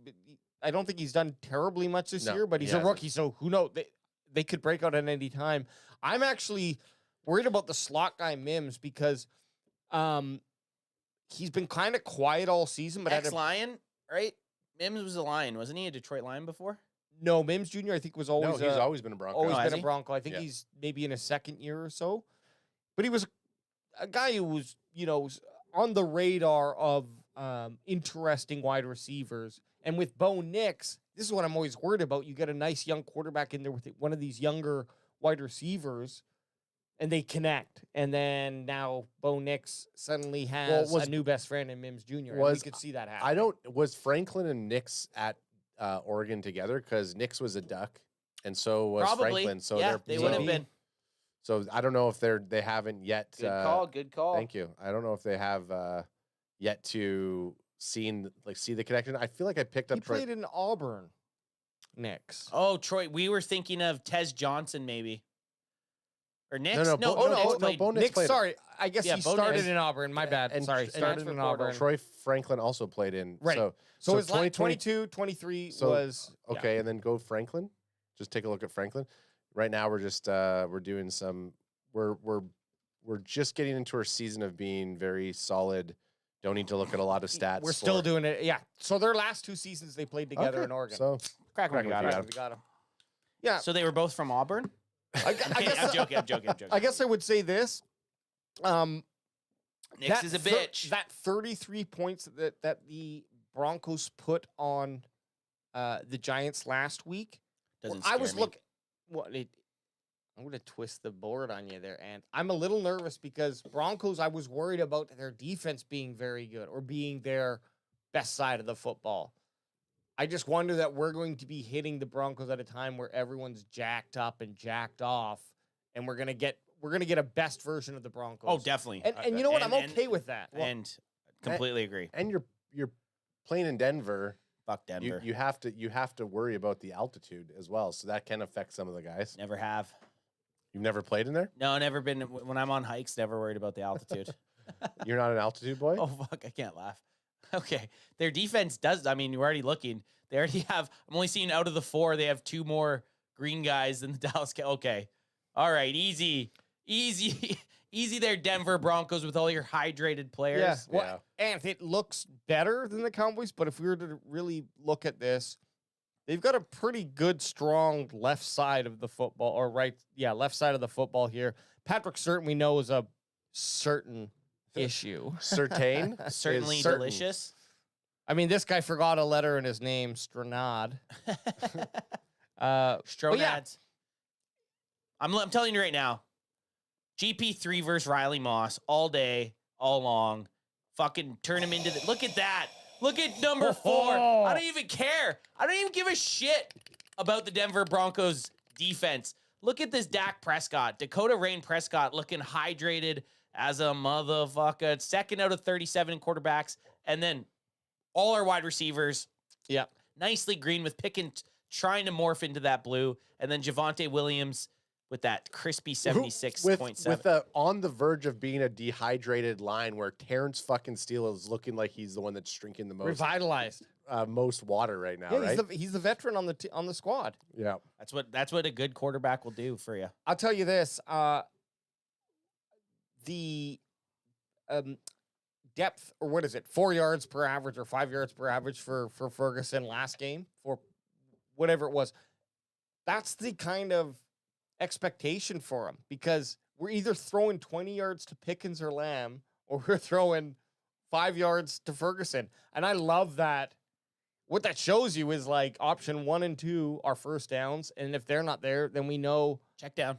for sure Ferguson's right there. Yeah, if your 2 guys, your first 2 reads are covered, well, Fergie should be open in the middle. Yep.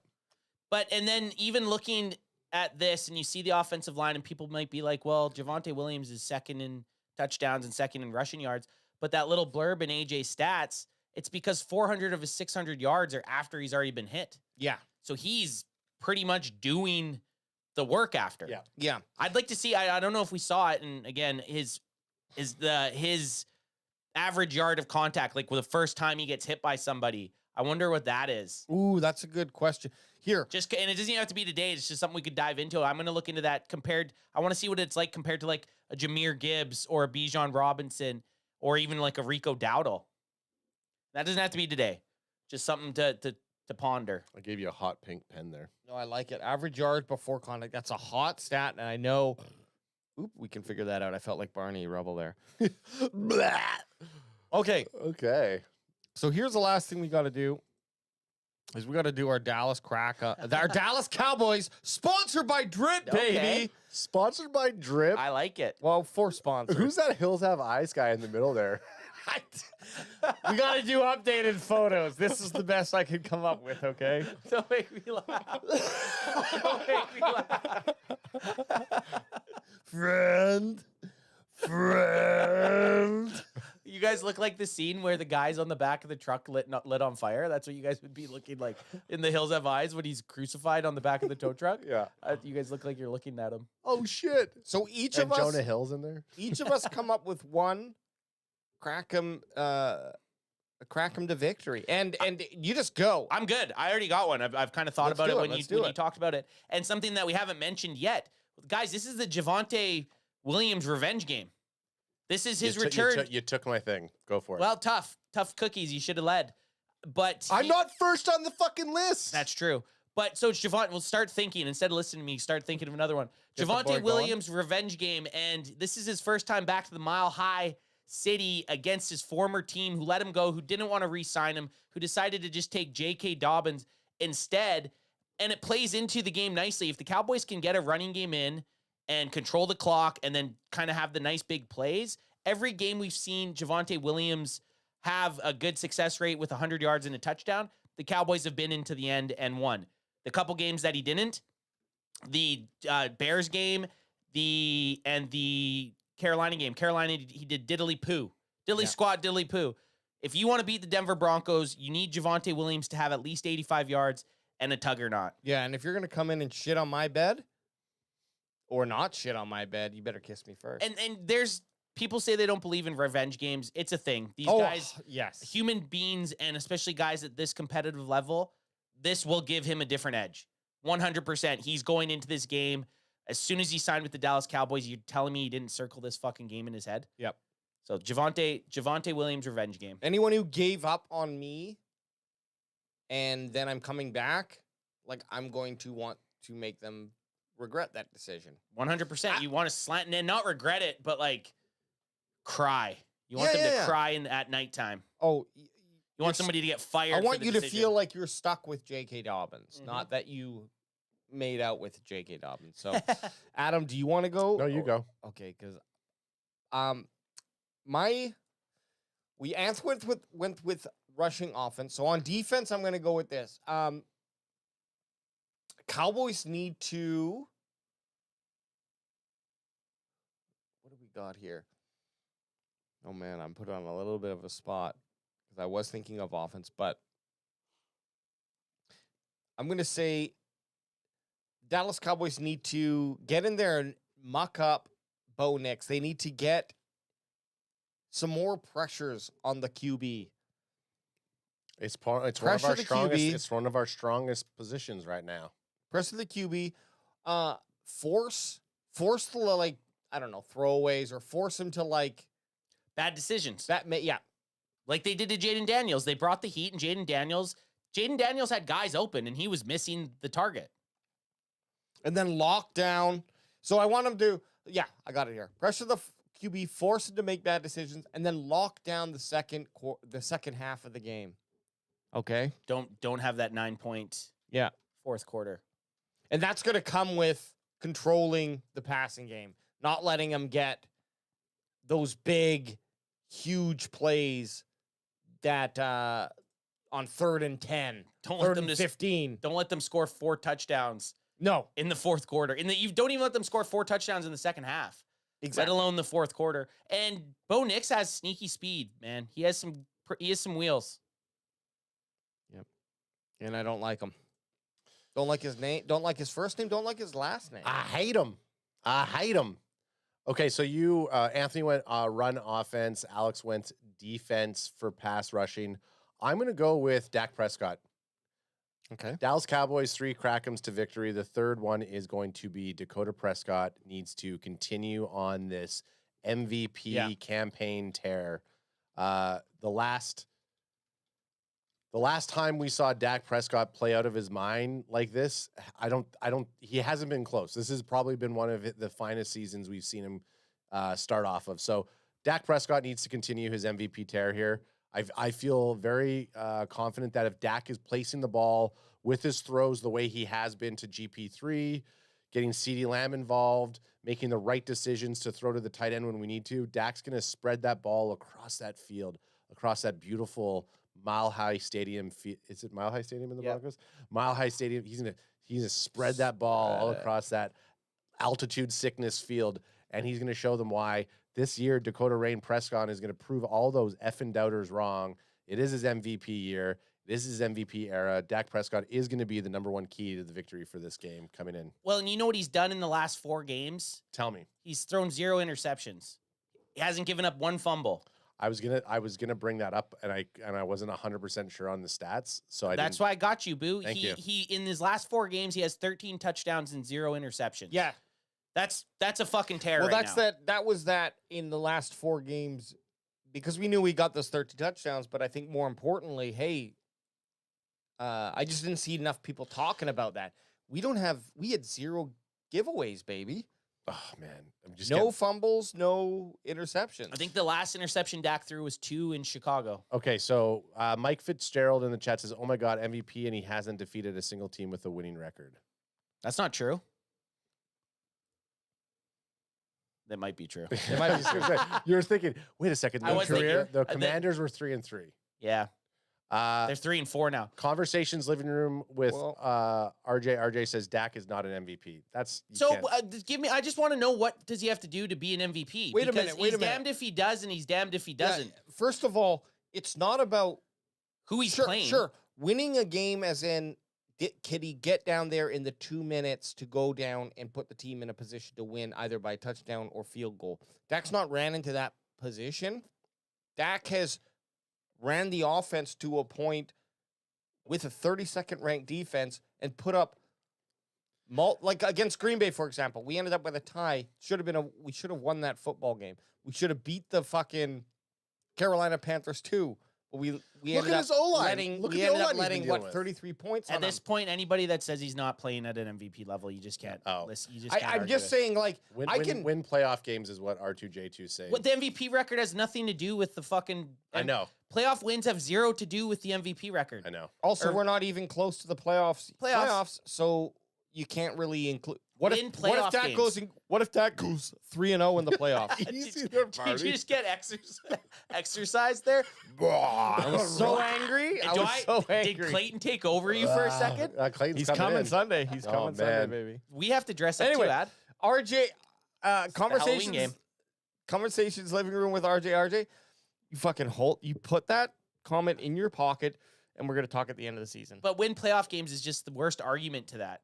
It has nothing to do with playoff wins. The MVP vote is a regular season award. Yeah, if we're going to argue about, and also, I would like to see more players be involved than just quarterbacks, but that's another question. That's another Look, I will argument. say this. Saquon Barkley should have probably got MVP last season. Not this season. Not this season. Last season. Put Jalen Hurts on the Dallas Cowboys and let's see if they're fucking 3-3-1. Yeah. I'm going to say no. Hey, fair. I'm going to say no, they're not. I'm going to say they're probably 1-5. Yeah. Push and or 1-6. This is a funny key way to win from YVL Sosa says key way to win is to keep our secondary in man, bench Sam Williams and bench Tolbert and start Flanoy. Hey, I fucking love it. I literally loved every single point there. Yeah, I do. I really like that. That's a really great comment because Flanoy had the 2 games where he was noticeable, and then they just take him off the field because at this point though, like Lamb. We got Batman and Superman. So GP3. No, Batman and Batman. We got Batman and alternate Batman, or Spider-Man and Spider-Verse. AJ Brown's Batman. Miles Morales. AJ Brown's nicknamed Batman. Shut the fuck up. So we got Lamb, GP3, and then our wide receiver 3 is obviously AJ Brown is Squirrel Girl. is Fergie, right? So at this point, Ferguson is our wide receiver 3. So you have Turpin. He's our and option 3. Yeah, but I'm just saying. I know, but he's not a wide receiver. So He's no, a he's tight not. end. He's our option He's 3. your third option. Third. Come on, get your fucking. If you don't get your lingo correct, Well, you're gonna get roasted. All I was getting. You're point- gonna get roasted. We don't have a man. wide receiver 3. We have a wide receiver 4, or option 4, as Anth likes to say. Yeah. So Flanoy should take You could that. say receiver. You could say receiver, someone who catches the ball. Just don't say wide receiver because Fergie's not a wide receiver. He's not wrong. He's been utilized as our option 3. There you go. Where does if we're saying options, where does Javonte Williams fit in that? I'd say he's Option 1? He's actually option 3. If I'm not throwing to CD or throwing to GP, I hope we're running it. Yeah. Option 1, throw to Batman or Batman. Yeah. Option 2, run the ball. Option 3, throw to Fergie. Batman. Throw to Batman or Batman. Option 4, throw to Fergie. Yeah, there you go. I'll take that. Option 5, Dak take off with it. Yeah, just Dak go, just go. bro. Jumps, hurdle somebody. Oh fuck. I mean, I'm not going to go into some of these chat comments here. No. Well, you can hit them up quickly because we're coming up on our top 10 stories here. Yeah, give us some comments. Okay, so R2J2 says it's not to just win in the playoffs, but it's leading your team to win in the playoffs. That's still not anything to do with the MVP award, though. And then Faf About, who's an Eagles fan, I believe, says, yeah, it's just it's such a scam. The MVP is just a popularity contest. Dak and Daniel should be up top right now, and Barkley should have won it last year. Which I don't disagree with the Barkley should have winning it last year either. Here's the thing. I understand why a quarterback touches the ball so much that obviously if they're performing well, they definitely need to be the MVP. But there are times, like last year's a great example, where a player is playing so above the average of their position that you need to say, okay, that's just such a phenomenal play that if we took this player's ability that he's playing on this team and put it on any other team, how much more of an effect would it have? Even with this elite, because quarterbacks, let's be honest, there's an elite level group that all kind of sit together. Once in a while, Lamar Jackson, for example, is a good example. You get a guy who can stand out, who has a really strong above average passing game, and then has these additional skills like the run game, which you get 700 yards and 3,500 yards passing. I mean, come on. It's probably MVP. And it's like 39 touchdown passes or whatever the fuck it is. Exactly. It's pretty crazy. It's pretty nuts.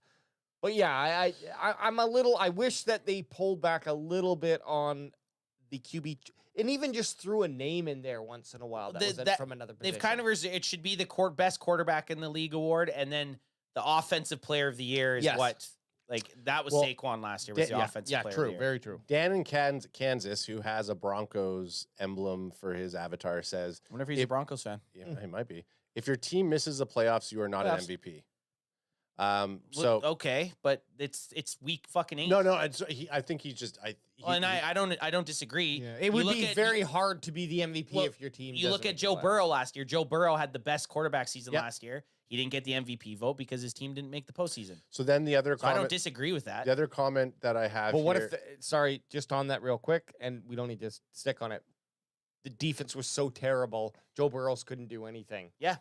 Similar to what is happening to Dak. Well, right and now. that's it. But Dak still has a chance to they're 3-3-1. Yeah, There's a very good chance right now. The Cowboys are, according to ESPN stats, they're 28% chance to make the postseason. So then Mike Fitzgerald says, "I agree. You have to win against top teams to be an MVP discussion." And which this week, and Sunday is going to be well, they're 5-2 team. And then Forever DC says, "Well, we have a boatload coming up. We have Hell Broncos, Eagles, Detroit Lions, So Kansas City Chiefs." I'll break it down for you.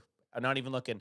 It goes Broncos, Cardinals, bye week, Raiders, Eagles, Chiefs, Lions. Yep. Yeah. Those are our next 7 weeks. Hey, welcome to the NFL. It's almost We're like, ready. It's almost like you do a Dallas Cowboys show And you know once what? a week. I see the And we talk about the Cowboys every day. I see the camaraderie of our boys. They're not as scared of any team. I can't wait till they beat the 5-2 That Broncos. offense knows that they can beat can go toe to toe with any defense in this NFL. They have confidence. Dak Prescott does not look shook this year. So that's what I'm going to leave it at. Dak Dak looks like him this year. He ain't shook, but He ain't guys, shook. But you got to get that win this weekend. and we I got don't disagree with that. and we got the big picture here from our boy Nick Eatman.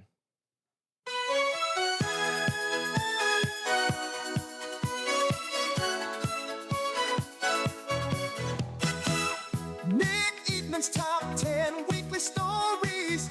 Will the Cowboys taste sweet victory? 5 for Cowboys and 5 for their opponents. Every week we find another magic moment. Come on! Cowboys top 10 stories this week. Tell us, eat me out, eat man. Eat me out, tell us, eat me out, eat man. Eat me out, eat man. Anticipation and some rock hard meat. Tell us, eat me out, eat man. Come on, come on. Tell us, eat me out, eat man. All right, all right. Okay. Man, I want to watch that series. I want to watch that show with Eat Me Out, Eat Me. It was short-lived. It only got a half season before it was before it was canceled. Get this garbage off the air. Yeah. I don't know what's going on here with the scary photo of Nick Eat Me Out, Eat Man. I feel like I'm on one of those It's like the ring. old A24 shows where it's like his picture was removed online. What's happened to him? Oh my He God, obviously doesn't like the song. He doesn't like all the stuff he's getting. The pub. Well, we know how we go. We don't actually read anything. We just read the headlines and then we talk about. Well, actually, no. Sorry. I was Here gonna say, I think we do. read we it. do. We do. We read it verbatim. This is sponsored by and written by Nick Eat Me Out, Eatman. So we're starting with the Broncos. Broncos. Adam, you go. Or Historic. Me go? I always go first, or I have been going first. Historic finish. The Broncos set an NFL record on Sunday for the most fourth quarter points after being shut out to the previous 3 quarters.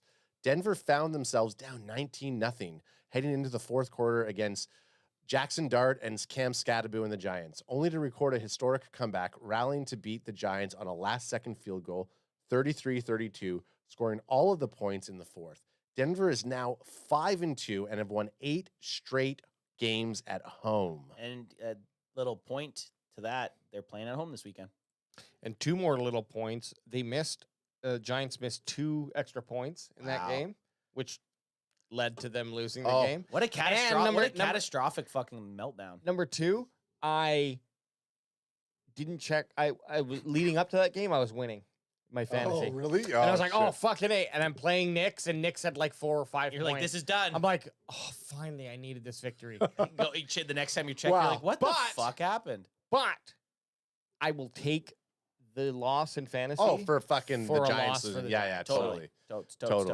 Totes. Greenlaw suspended. One of the players the Cowboys tried to sign in free agency was linebacker Dre Greenlaw, who opted for the Broncos, but he's not expected to play after getting a 1-game suspension from the NFL for unsportsmanlike conduct that occurred immediately following the Giants' win.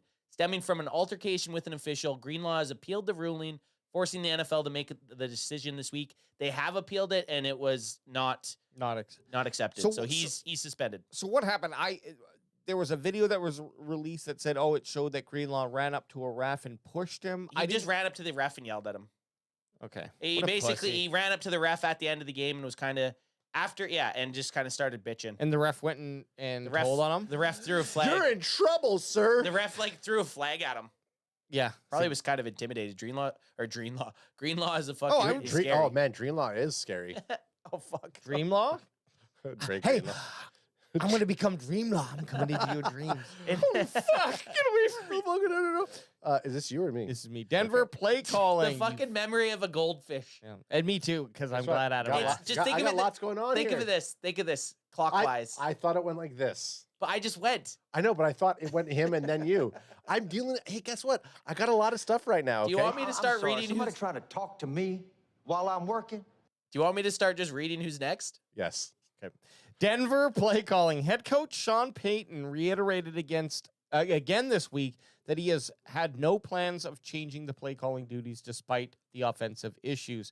Payton has been the play caller on offense since he became the head coach. However, Payton did say he expected the offense to improve, and the staff will continue to work on things to improve the offensive consistency. The Broncos rank 11th in total offense this year, but 19th in the passing game. So there you have it. Also, Payton and Danger Russ had a nice little spat. yeah. right? Yeah, little kind of talking shit to each other. And Sean Payton has some history with the Dallas Cowboys. Was an offensive coordinator for the Dallas Cowboys back in the day. So I don't like Sean Payton. I've never liked him. Yeah, I don't like him either. Oh, guys, you might like him a little bit since we haven't watched Home Team, the movie about Sean Payton when he was done. Refuse to. Oh, you got to watch it. It's funny. Adam, you are up next. Okay, thank you. Nick's running. Toss me one, son. He might not be the fastest quarterback in the NFL, but Bo Nix has been a weapon for the Broncos with his legs.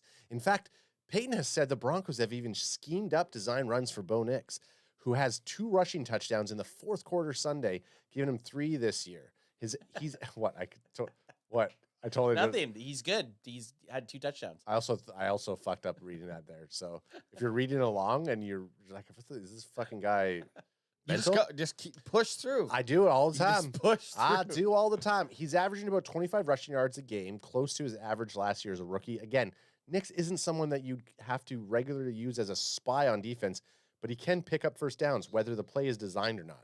He's got wheels, man. He's got some wheels. And like they said, he had 2 rushing touchdowns in the fourth quarter. The Dallas Cowboys traditionally have not been very good at stopping running quarterbacks. So there's going to be a point in the game where the Dallas Cowboys are in a big third down. They drop back. They have everybody covered, and this fucking guy is going to take it and run the ball for a first down. I already know it's going to happen. And guess what? I'm okay. I've accepted that. It's going to happen. It's going to happen. It's just going to happen. Not since 1992. The NFL didn't even have a salary cap in place. The Cowboys had won just 2 Super Bowls, and Dak Prescott wasn't even born yet. The last time the Cowboys won a game in Denver, 11,000 days ago. Obviously, they don't play often in Mile High, but 33 years is still a long time. The Cowboys beat Denver 31-27 late in the season in 1992 and eventually won their first of 3 Super Bowls in a 4-year span. Since then, the Cowboys lost in Denver in 98, 09, and 2017. Oof. It's also been 30 years since the Cowboys have beaten Denver at all. The last win was at home game in 1995, but there's a note. If the Cowboys do win, the last 4 wins over the Broncos have all resulted in Super Bowl appearances later that season. Okay, so we win, we're in the Super Bowl. Super Bowl. Super Bowl. Super Bowl. Super Bowl. Super Bowl. Okay, this is a fun one. This is you, Alex. Now that we're on to the Cowboys. Cowboys over 500. The Cowboys have hit the 500 mark on 3 occasions this year, but have yet to get over the hump with a winning record. Shotty's just fucking dreaming about that. A reason for that could also be the fact that the Cowboys have yet to win 2 straight games. But after an impressive 44-22 win over the Commanders Sunday, the Cowboys hit the road in Denver looking to get 4-3-1. To that, they'll have to win at Denver for the first time in 33 years and also end the Broncos' 8-game winning streak. Yeah, we know that, Nick. You said that in your last 5 points. Here's the thing. That type of streak against a team like the Broncos, when we've played them 14 times, is much less impressive than a 4-game win streak, say, versus Commanders or Giants. Yeah. We play them so But the 8, frequently. I think the 8-game winning streak. Oh, is that is against the Cowboys, the 8-game winning streak? Yes. Okay, I thought it was 8-game winning home win streak because they also have a 8-game home win streak. But the 8-game winning streak versus the Cowboys makes more sense in what he was saying. MVP numbers. And by the way, he win a playoff game. win a playoff game, Dak. Crack him if you got him here. Actually, let me get one too. Crack him if you got him. Hang on. 1 sec. Crack him if you got him. Crack him if you got him. And crack him if you got him. Ant's on antibiotics, so he can't drink. Not yet. I'm fucking trying to make sure this hand cut doesn't get infected so that I don't have to get on antibiotics. Just a side note, because I didn't know this was a thing this weekend. The Cowboys, we play the Broncos at 1:25 p.m. PST. Okay. Wait, 1:25, yeah. 1:25 p.m. PST. One of the morning games is Eagles versus Giants. So do we want to maybe... I won't be here. Not the whole thing. I'm talking about the fourth quarter. Probably not. No? Okay. Well, but hey, Well, but I'll be here for the fourth quarter of that game anyways. Yeah. If I'm here at 12:30, I'll still be So we'll here have for it the on. fourth We'll quarter. have it on. We'll definitely probably catch the end of it for sure, but I can come down earlier. And Come on down. Maybe. Hey, I like it rough. Since we've got that wherever it is, that liquor for yeah. coffee, Yeah. Sitting up. Oh, it's set up in the fridge. I can come down early and Yeah. just Hey, anybody wants to? That's the only way we come over early. Yeah. You better have liquor. that. So That bottle of coffee booze. yeah, MVP numbers. Which is delicious, by the way. It is. It's still way early for MVT. It's still Most way, valuable tool. it's still way early for MVP talk, but Dak Prescott is definitely putting up those kind of numbers after 7 games. What he doesn't Oh, have, you like that, chat? Huh? yeah. We What got Nick Eatman on our side. What he doesn't have so far is a great win-loss record to go with it. That could change as the season goes on, and if the Cowboys do pile up some wins, it's likely Dak's numbers will get even better. But after 7 games, Dak leads the NFL in completions, which is 185, and ranks second in passing yards, 1,881, and touchdown passes, 17. And he's really turned those touchdown passes on these last few weeks, which is what we want to see. Remember, after week 6, whatever, CD's numbers when he was having that exceptional season, he really turned it on after week 6. So I'm expecting the Cowboys to keep that where you just get hotter and hotter as the season goes on. I hate to be that guy that stat corrects. Oh, Nick fuck. Eatman, Here we eat go. me out, Here we Eatman, go. But I was just looking at this today. Dak has 16 touchdown passes. I just pulled it up just to make sure before I called out. Okay. Eat me out, but it's 16. Come Why on, do you Nick. keep checking your phone? Is the leading Nobody fucking 17? calling you. Pardon? Is the leader 17? No, 17. Those are all what he's doing, I think. Dak leads the NFL in completions, 185. No, and he says and touchdown. Oh, yeah, it is. If the leader 17? Hey, okay. Oh, you fucking idiot. I Hey, stat checked. Hey, I stat checked Eat Me Out, and AJ knew that Eat Me Out had his back, so AJ had Eat Me Out's back. Okay. Hello? Anybody home? I know. Hey, think with fly fin. I know Eatman uses Grok for Oh, his totally. articles, and so Yeah, and I'm a you Grok. trust him? Hey, I'm a when Grok- you're wrong, you're wrong. I'm a Grokosaurus. When you're wrong, you're wrong. And do you guys know who's leading the NFL right now in touchdown passes? One guess. Daniel Jones. No. Stafford. Yeah. Matthew Stafford. Matt I was Stafford. gonna say Sanford. Matt Stanford. many Matt touchdowns- Stanford. How many does he have? 17. We just saw it. No, Stafford. 17. The 17 was the amount that's leading the NFL. Oh, I thought that was how many Dak had. Oh my God. I We're wasn't- we're I just actually wasn't erasing. really We're erasing listening. this last 30 seconds of conversation. Hey, Javon? no, you can't do it. Hey, Javonte returns. It's actually my turn. Javonte returns. I don't even want to talk about. I don't even want to talk about. Take it. Oh, I got muted. That was Javonte Williams' playful line following the Cowboys' win over Washington Sunday, which wasn't too early to field questions about the upcoming return to Denver, where he played for the first 4 years of his career. Williams said that with a smile, knowing the storylines that are surrounding this game. Williams isn't just back in Denver, but he's the NFL's second leading rusher at 592 yards with 7 total touchdowns. Denver has been solid in the running game behind J.K. Dobbins, who is 7th in the NFL with 523 rushing yards.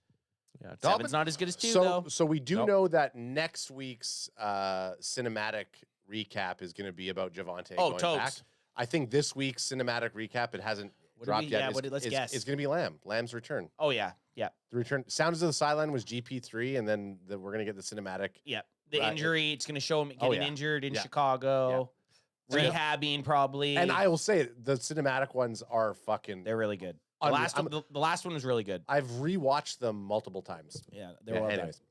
AJ, you're up. Okay. You're just putting in there to remind yourself to watch them. No, I just wanted to be like, why don't we have a CD Lamb sound effect that's like like a that's like this? What play for ath? Oh, hang on. The heck? Yeah, you.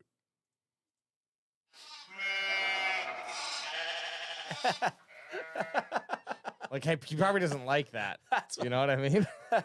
You need to have it needs you gotta verge one. It's gotta be a CD skipping and then a lamb.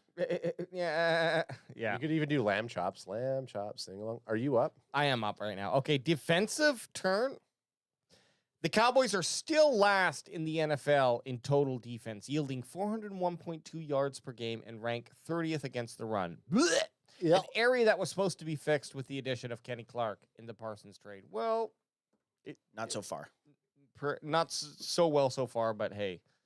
But after 7 games, the defense is still struggling. However, Sunday's win over Washington was a step in the right direction. Not only did the Cowboys get plenty of stops, but 4 sacks and 2 turnovers, including a Deron Bland interception for a score, a.k.a.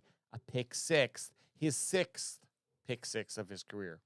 It wasn't perfect, but considering the Cowboys' offensive prowess, just slight improvements on defense could help this team stack a few wins. Which we said, get to the 25th ranked defense? Get to 25th in your average stats, and I think historically that's the floor, for a defense to be when you have an offense like the Cowboys have to be a true Super Bowl contender. You can't be bottom 3. Cannot be bottom. Can't even be bottom 7. You just can't come back from that. Yeah.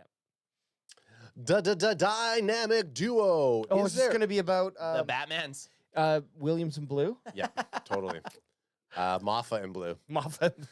Is there a better 1-2 receiving duo in the NFL? Anybody who's not a Cowboys fan will say their receivers are, but no, there isn't. It's hard to think another team has a pair of weapons like Cedarius Lamb and George Pickens. The combo has only played 3 full games together this year, and in those games, the Cowboys are averaging 34.6 points per game. Lamb has gone over 100 had gone over 100 yards in each of those games, and Pickens saw a slight decrease in his production last week when Lamb returned into the lineup. But he still ranks 4th in the NFL with 607 yards and tied for 2nd in touchdown catches with 6. And because of that, and the NFL's 2nd leading rusher in Williams, and because of that, and the NFL's 2nd leading rusher in Williams. And because of that, and the NFL's 2nd leading rusher in Williams, it opens up the room for tight end Jacarius Ferguson. Jacarius? I love it. I like it too. Jacarius. Who leads all tight ends in catches, 51 in TD receptions, which is 6. But yet he's ranked fucking 14th or 24th or whatever, 44th for tight ends. Who gives a fuck, PFF? Fuck you. Really? He's that low? He was he was a yellow. He was like 63 or something like that. I saw. Look, the Cowboys have 24th. The Cowboys have 5 points to their offense, obviously led by Dak Prescott, followed then by CeeDee Lamb and George Pickens, the twins. And then we have Javonte Williams holding his own. And then the guy who is there when you need him, shown by his catches and his touchdown receptions, in Jake Ferguson. All of these dudes, let's go back to the beginning of the season real quick. George Pickens is already at 607 yards. More than likely going to clear 1,000 yards, which is what we said we wanted him to do. That's already exceptional. CeeDee Lamb missed a couple games. I think he would be at over 300 yards now. He's already over 300. Exactly. Going to be at 1,000 yards by the end of the season. Javonte Williams, obviously on his way to 1,000 yards. Did you call him Judge Wante? Judge Wante? Judkins Williams. And then Jake Ferguson, he might end up with actually not too many yards, but he's going to have a shit ton of catches. And if his touchdowns continue, he's going to have 15 to 16 touchdowns. Which is huge. All of those players are outperforming, if I remember correctly, what we kind of said we wanted them to produce at the beginning of this year. So that's great. It's just the defense holding it together. We had such little expectation from Javonte Williams. We didn't even do... No. We did Blue. We did Jade on Blue. We didn't even talk about Javonte Williams. That's true. I honestly just went back and I was rewatching an episode trying to find something. And we didn't even talk about Javonte Williams. So let's just say we're pleasantly surprised. Forever DC says that that's almost as good as Vagiants. Yeah, the Vagiants. I will just say my final thing. If this continues with what we're seeing with Williams, I think next year going into our draft, I'm going to really start ranking running backs much lower. Just because if we can pull a guy who's a 4th-year dude from free agency, and let's trust that the Cowboys know how to do that. And they shored their bet. They took 2 guys. They took Javonte Williams, who's a little bit younger, and then they took Miles Sanders, who's a little bit older, but he's a vet. And they kind of said, hey, one of these guys has to pan out. We see something in both of them. Let's bring them on in. And cheap. Yeah. And the guy who basically did nothing leading up to game 1, the only running back that we didn't talk about or really see. Wasn't in any of the camp stuff. We're always like, oh, okay, yeah, he's going to be number 1, but like...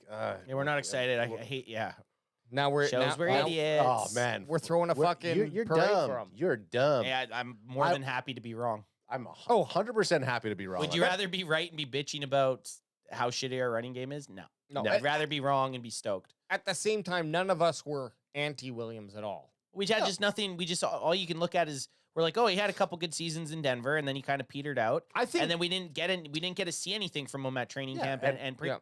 It games. was before us starting to do our extensive draft coverage, so we didn't look at any type of tape from college or anything like that on him either. It was literally one of those things. We didn't look at anything from Javonte Williams because his NFL career said, "Hey, this guy's been injury prone," and I think we weren't the only people. We were reeling from the Dowdle trade because we wanted him, and then when Williams came on, we were like, it feels like a sideways move.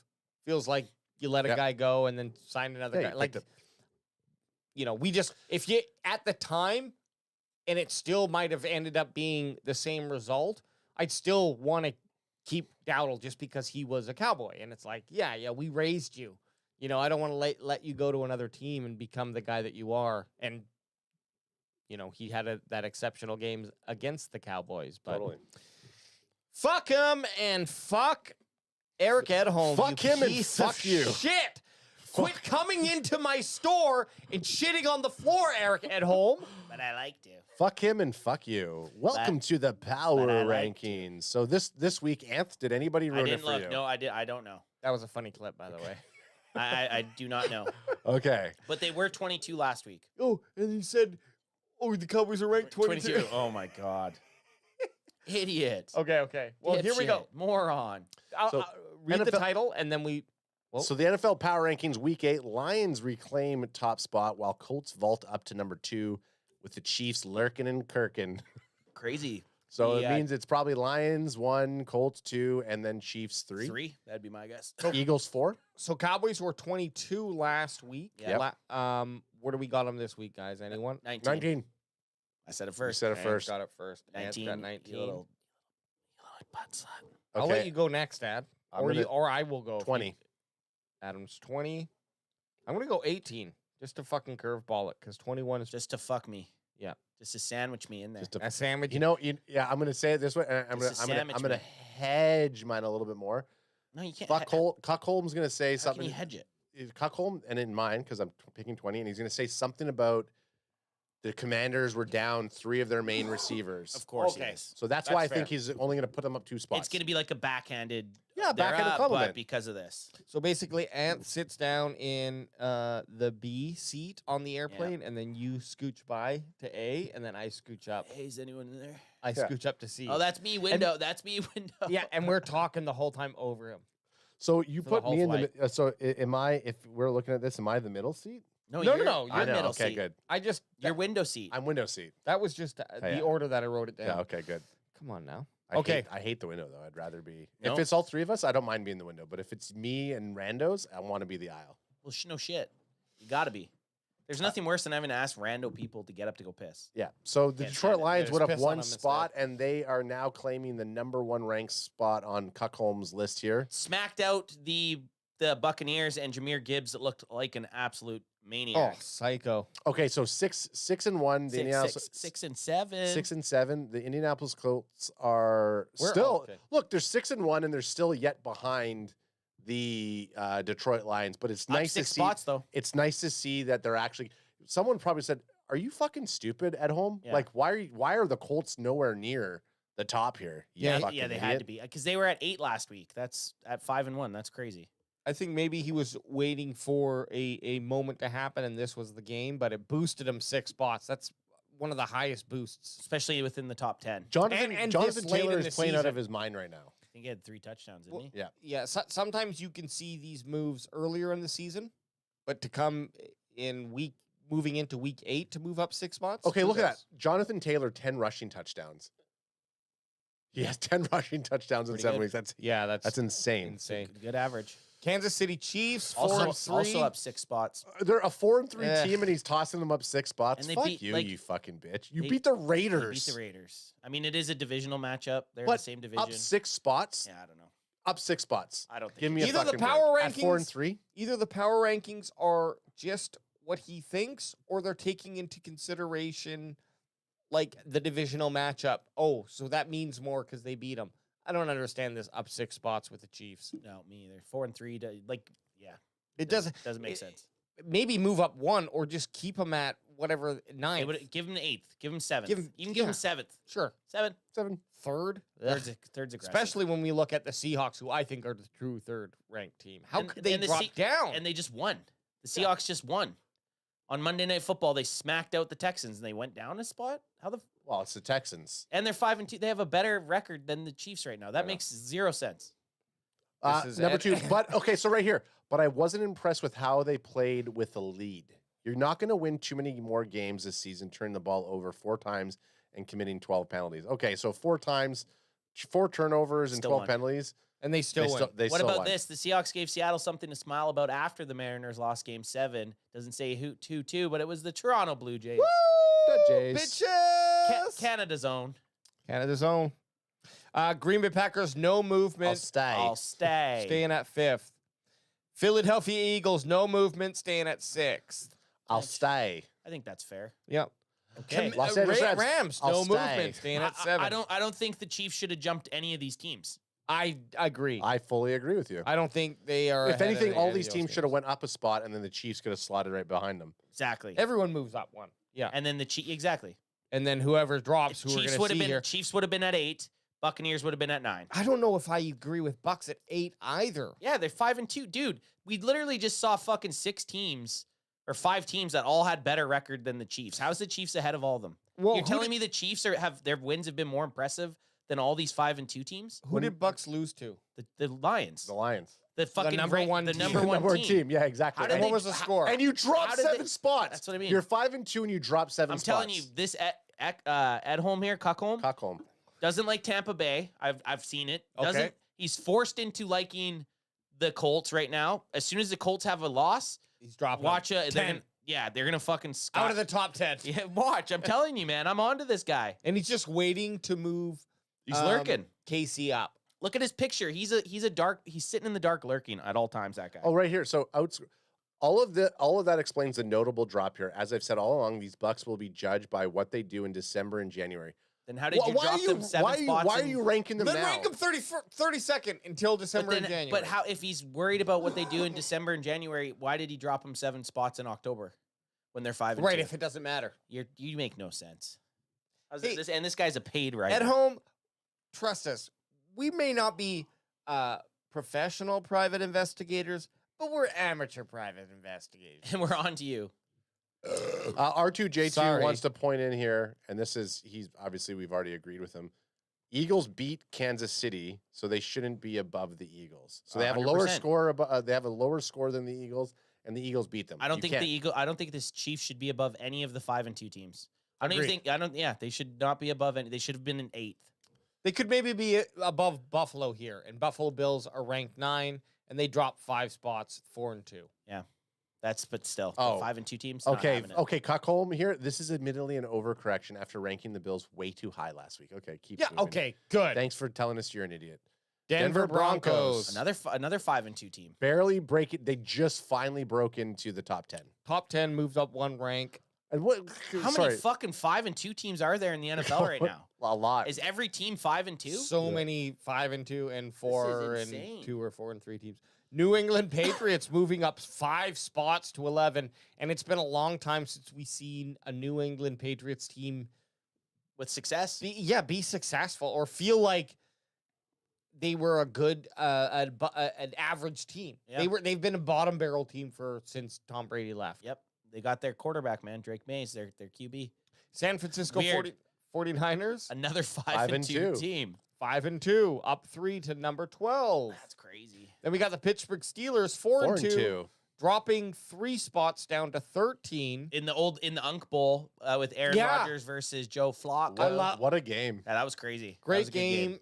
2 unks just coming to play. And battling. They both were throwing bombs, man, throwing darts. And maybe them dropping 3 spots from losing to a team with a backup quarterback, you could kind of believe it a little bit. I mean, now that I look at all the 5-2 teams, 4-2 team, you got to get them almost out of there. Yeah. Because every team ahead of them is almost 5-2, except the Chiefs. Okay. There is No, and there was another 4, and there was another Bills. 4. Yeah. and I just want to. What I love about this is you call them uncle. The unks. The unks. Everyone called it the Unk Bowl. Okay, well, this is what an Asian uncle is, and this is kind of my spirit animal. So in Asia, they call them uncles, and it'll be men who are like, in our age, 30 plus, who just don't give a shit anymore, and they flip their shirt up when it's hot and just let the belly and man. back hang out like this. Let the good times roll. Yeah. And that's the kind of guy I want to be. I want to be to the point where I don't care and I just flip the belly out when I'm hot. Love it. But that's Unk Bowl, and that's Asian Uncle. Chicago Bears ranked 14th, up 4. Okay. They had a good win. Bears are a team who, again, in my football history, watching, have never been anything exceptional.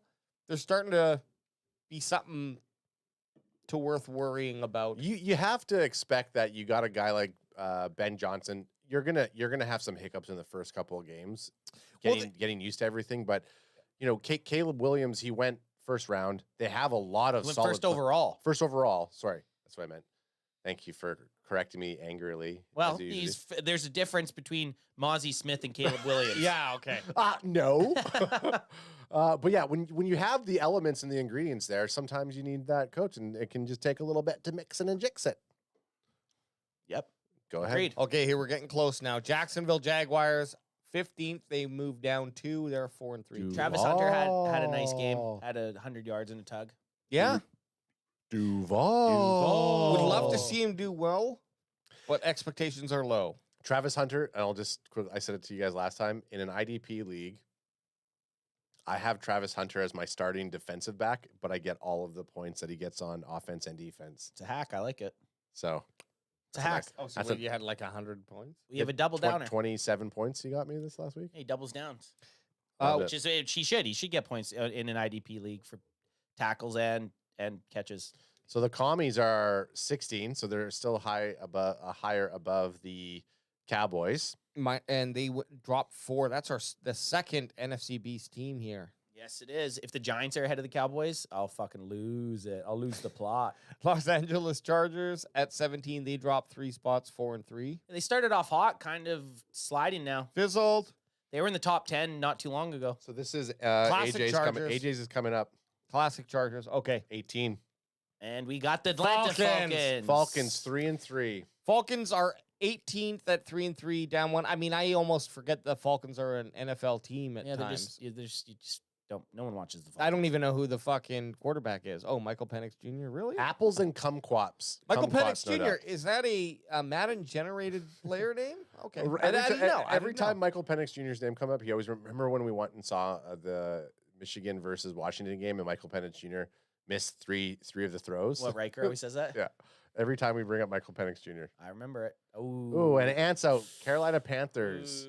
They're up 2 Carolina spots. Panthers move up 2 spots, 4-3 with a Bryce Young led team. I mean, that's just trash. Okay, so they went up 2 spots and a close win over the Jets. Don't have me over in the sun. Jets. Yeah, so he's moved them up 2 spots with a close win over the Jets. The trash Jets. So here's how the Jets, who are so bad, the owner had to come on TV and say, "Yeah, I don't know what the fuck we're playing this quarterback for." I mean, please come watch us still. Oh shit! Sorry, Dallas Cowboys. Hey, showed it. Adam Bassey. Yeah, boy. Number 20, up 2 spots. Okay, let's take your victory We'll lap. take it. We'll Okay. take it. This Okay. is the highest we've been ranked all season. Brian victory lap. Schottenheimer's offense has been rolling lately, and it received a boost with the return of Sedarius Lamb. It might be time to ask whether this unit is good enough to actually drag the Cowboys into the playoffs, with the defense still remaining a question. Even after turning in a far better effort in Sunday's beatdown of the Commanders, Dak Prescott is playing lights out and has his full complement of weapons at his disposal again. Dallas faces the Eagles, Chiefs, and Lions in week 12 to 14, but the boys will have a chance to rack up some wins prior to that. Stay with these guys for a bit. It just might pay off. I don't. Wait. I mean, So Dallas he's faces coming the around. Eagles, Chiefs, and Lions, but the boys will have a chance to rack up. So he thinks versus the Broncos, the Cardinals, the Raiders. Okay, sure. We do have a chance there. I agree at home. I don't mind this. This has probably been one of his nicer write-ups. It has been. It has been. I just no backhanded remarks. Yeah, I thought he was going to give the thing about beating a worn-down Commanders offense. and he didn't. And he didn't say it. He just said after turning in a far better effort in Sunday's beatdown of the Commanders. I think he missed it there. Yeah, But hey, because that would have felt like a beatdown of the weekend Commanders is what I was expecting. Okay, we got to get through our boldies and our score predictions, fellas. yeah, and We're I'm rolling at 2 hours here. Almost. That's kind of what happens when we got that. When we're skipping the Monday hangover. We didn't even really talk about the Commanders game. Yeah, we totally didn't. I know, but look, No, this is good. It's fine. I just it is what it is. We'll roll into boldies and let's roll into boldies. All right, who's gonna fucking launch? Here's the thing: anyone can take it, and then we snake draft it. So who wants to make the move? AJ will. Okay. Score prediction. I'm gonna go Dallas Cowboys. I feel like they're gonna score. It's gonna be over 30 points because I'm counting 28 plus 3 as a minimum, so that's 31. And then I'm gonna tag on another 6 from the boot. That's gonna give us to 37. So 37 Cowboys, and they're going to get scored 24 against. Cowboys win. Okay, 37-24. Okay, I'm going to go 38-31 Cowboys. 38-31? Yeah, Cowboys. I'm going 40 burger, fellas. All right. I'm going 40 burgers. Cowboys 41. Cowboys 41. And then he gets stopped. He doesn't know. And the Denver Broncos at Mile High at home, I'm going to say 31. 41-31. I mean, always Cowboys. Oh, yeah. Cowboys. 41-31. Now, hit me with a bold on why you think it's going to be 41-31. Dak Prescott. Can I think I went Dak Prescott last week, but I got to keep going with it. You can, but I have to. if It's just say what it's going to be, and if it's not determined bold enough, you might have to add some spice. Oh, it's going to be bold enough. Okay. Don't you worry, my little sweet child. 4 touchdown passes. Dak, 4 TDs. 1 rushing touchdown Wow. for 395 yards. And I like how you took the yards down. Yeah, just under 400. Because I think if you 450's tough. I think if you put 4 touchdowns, 1 rushing, that's bold enough in my I'm money. parlaying it. But I like it. I like it. I like it. 390 plus 395. Yep. Okay. And that's passing or total? I'm going to say total yards. Total good. Just in total is case he gets a big 60-yard rushing good. touchdown somehow. And it can happen. Okay, I'm going to go. That'd be funny to see. My bold prediction. It's going to be a little bit of a party here. Okay. Okay. George Pickens gets a touchdown. CeeDee Lamb gets a touchdown. Okay. Jake Ferguson gets a touchdown. Okay. Javonte Williams gets 2 touchdowns, 1 rushing, Holy. 1 receiving. That's my spread. So that plays into my Dak Prescott one. Yep. 4 touchdown passes. Williams, 1 rush, 1. 1 rush, 1 tud. Oof. 1 rush, 1 receiving. I feel like that's with my score. That's going to happen. You got to think of the other guys that could score. Well, the other Kavonte Turpin, Turpin, I have Tolbert, Flanoy. Yeah, I mean, this all adds up. It adds up, No, and those these- have been the guys that have been getting touchdowns. These are my guys. So is that not bold enough then? Oh, fucking rights it is. 100% You could have done Javonte's touchdowns and then maybe I think a CD Lamb one, and I would have thought that was bold. No. Okay, No, well, that's not bold enough. I got to switch it to the defense just to give us some. Oh, should I also add Devontae? No. I'm joking. going for. Who are we playing? You know what? We're playing the Denver Broncos. Denver just gonna call it- Broncos. A back-to-back pick 6 for Deron Bland. Love it. And that's it. I mean, that's bold enough. I mean, back-to-back pick 6s. I think that's pretty bold. I just feel It's tough to do too. And every pick 6 he gets, he inches up towards Rod Woodson for most pick 6s. Rod Woodson leads the NFL history books with 12. Oh, that's so many. So that's Bland's at half right now. So I mean, he got 5 of them in one season. Maybe he rekindled a little magic last week. And That's what I'm hoping for. And I feel like for the Cowboys, I think they're going to put enough points on the board offensively, but we just need a little lift from the defense to help us get to that, sweet point where we're going to beat these Broncos. Because, I mean, they're a scary team right now. With this young quarterback, they're able to put the points on the board. Well, why don't you give us a And they're PSA able to about stop. it? Give us a PSA about it. Well, if I'm sitting here and I'm looking at those Denver Bronco fans, and in Can fan lore, the last time we watched the Cowboys play Broncos, it was in the Dallas Cowboys home stadium at AT&T. However, it seemed like it was a Broncos game with the amount of Broncos players that showed up. Oh, So yeah. It was a sea of orange. we're going to be sitting here. We're going to be wearing our Cowboys colors, our Cowboys flair. I won't be here, but Clayton will be here. Wearing our altitude sickness patches on our neck. Oh, absolutely ready for that. And we're looking around for anyone who's talking to us about Bo Nix this, Bo Nix Bo that. Nix, Surtain, Sutton, Mims Jr. Cortland Sutton, Bo Nix. Lee Dobbins and Word RJ vomit. Harvey. Sean Payton with all this bull ass. Yeah, and we're just letting them finish their sentence. Just let them finish. And then we say, "Are you finished?" Are you finished? And they go, "Uh-huh." Yeah. And we go, "Well, I just want to let you know That you can go and fuck yourself." Oh, we will see you Sunday. 12:30 p.m. Pacific Standard Time. We'll see you then. You sons of bitches. Peace, peace, peace.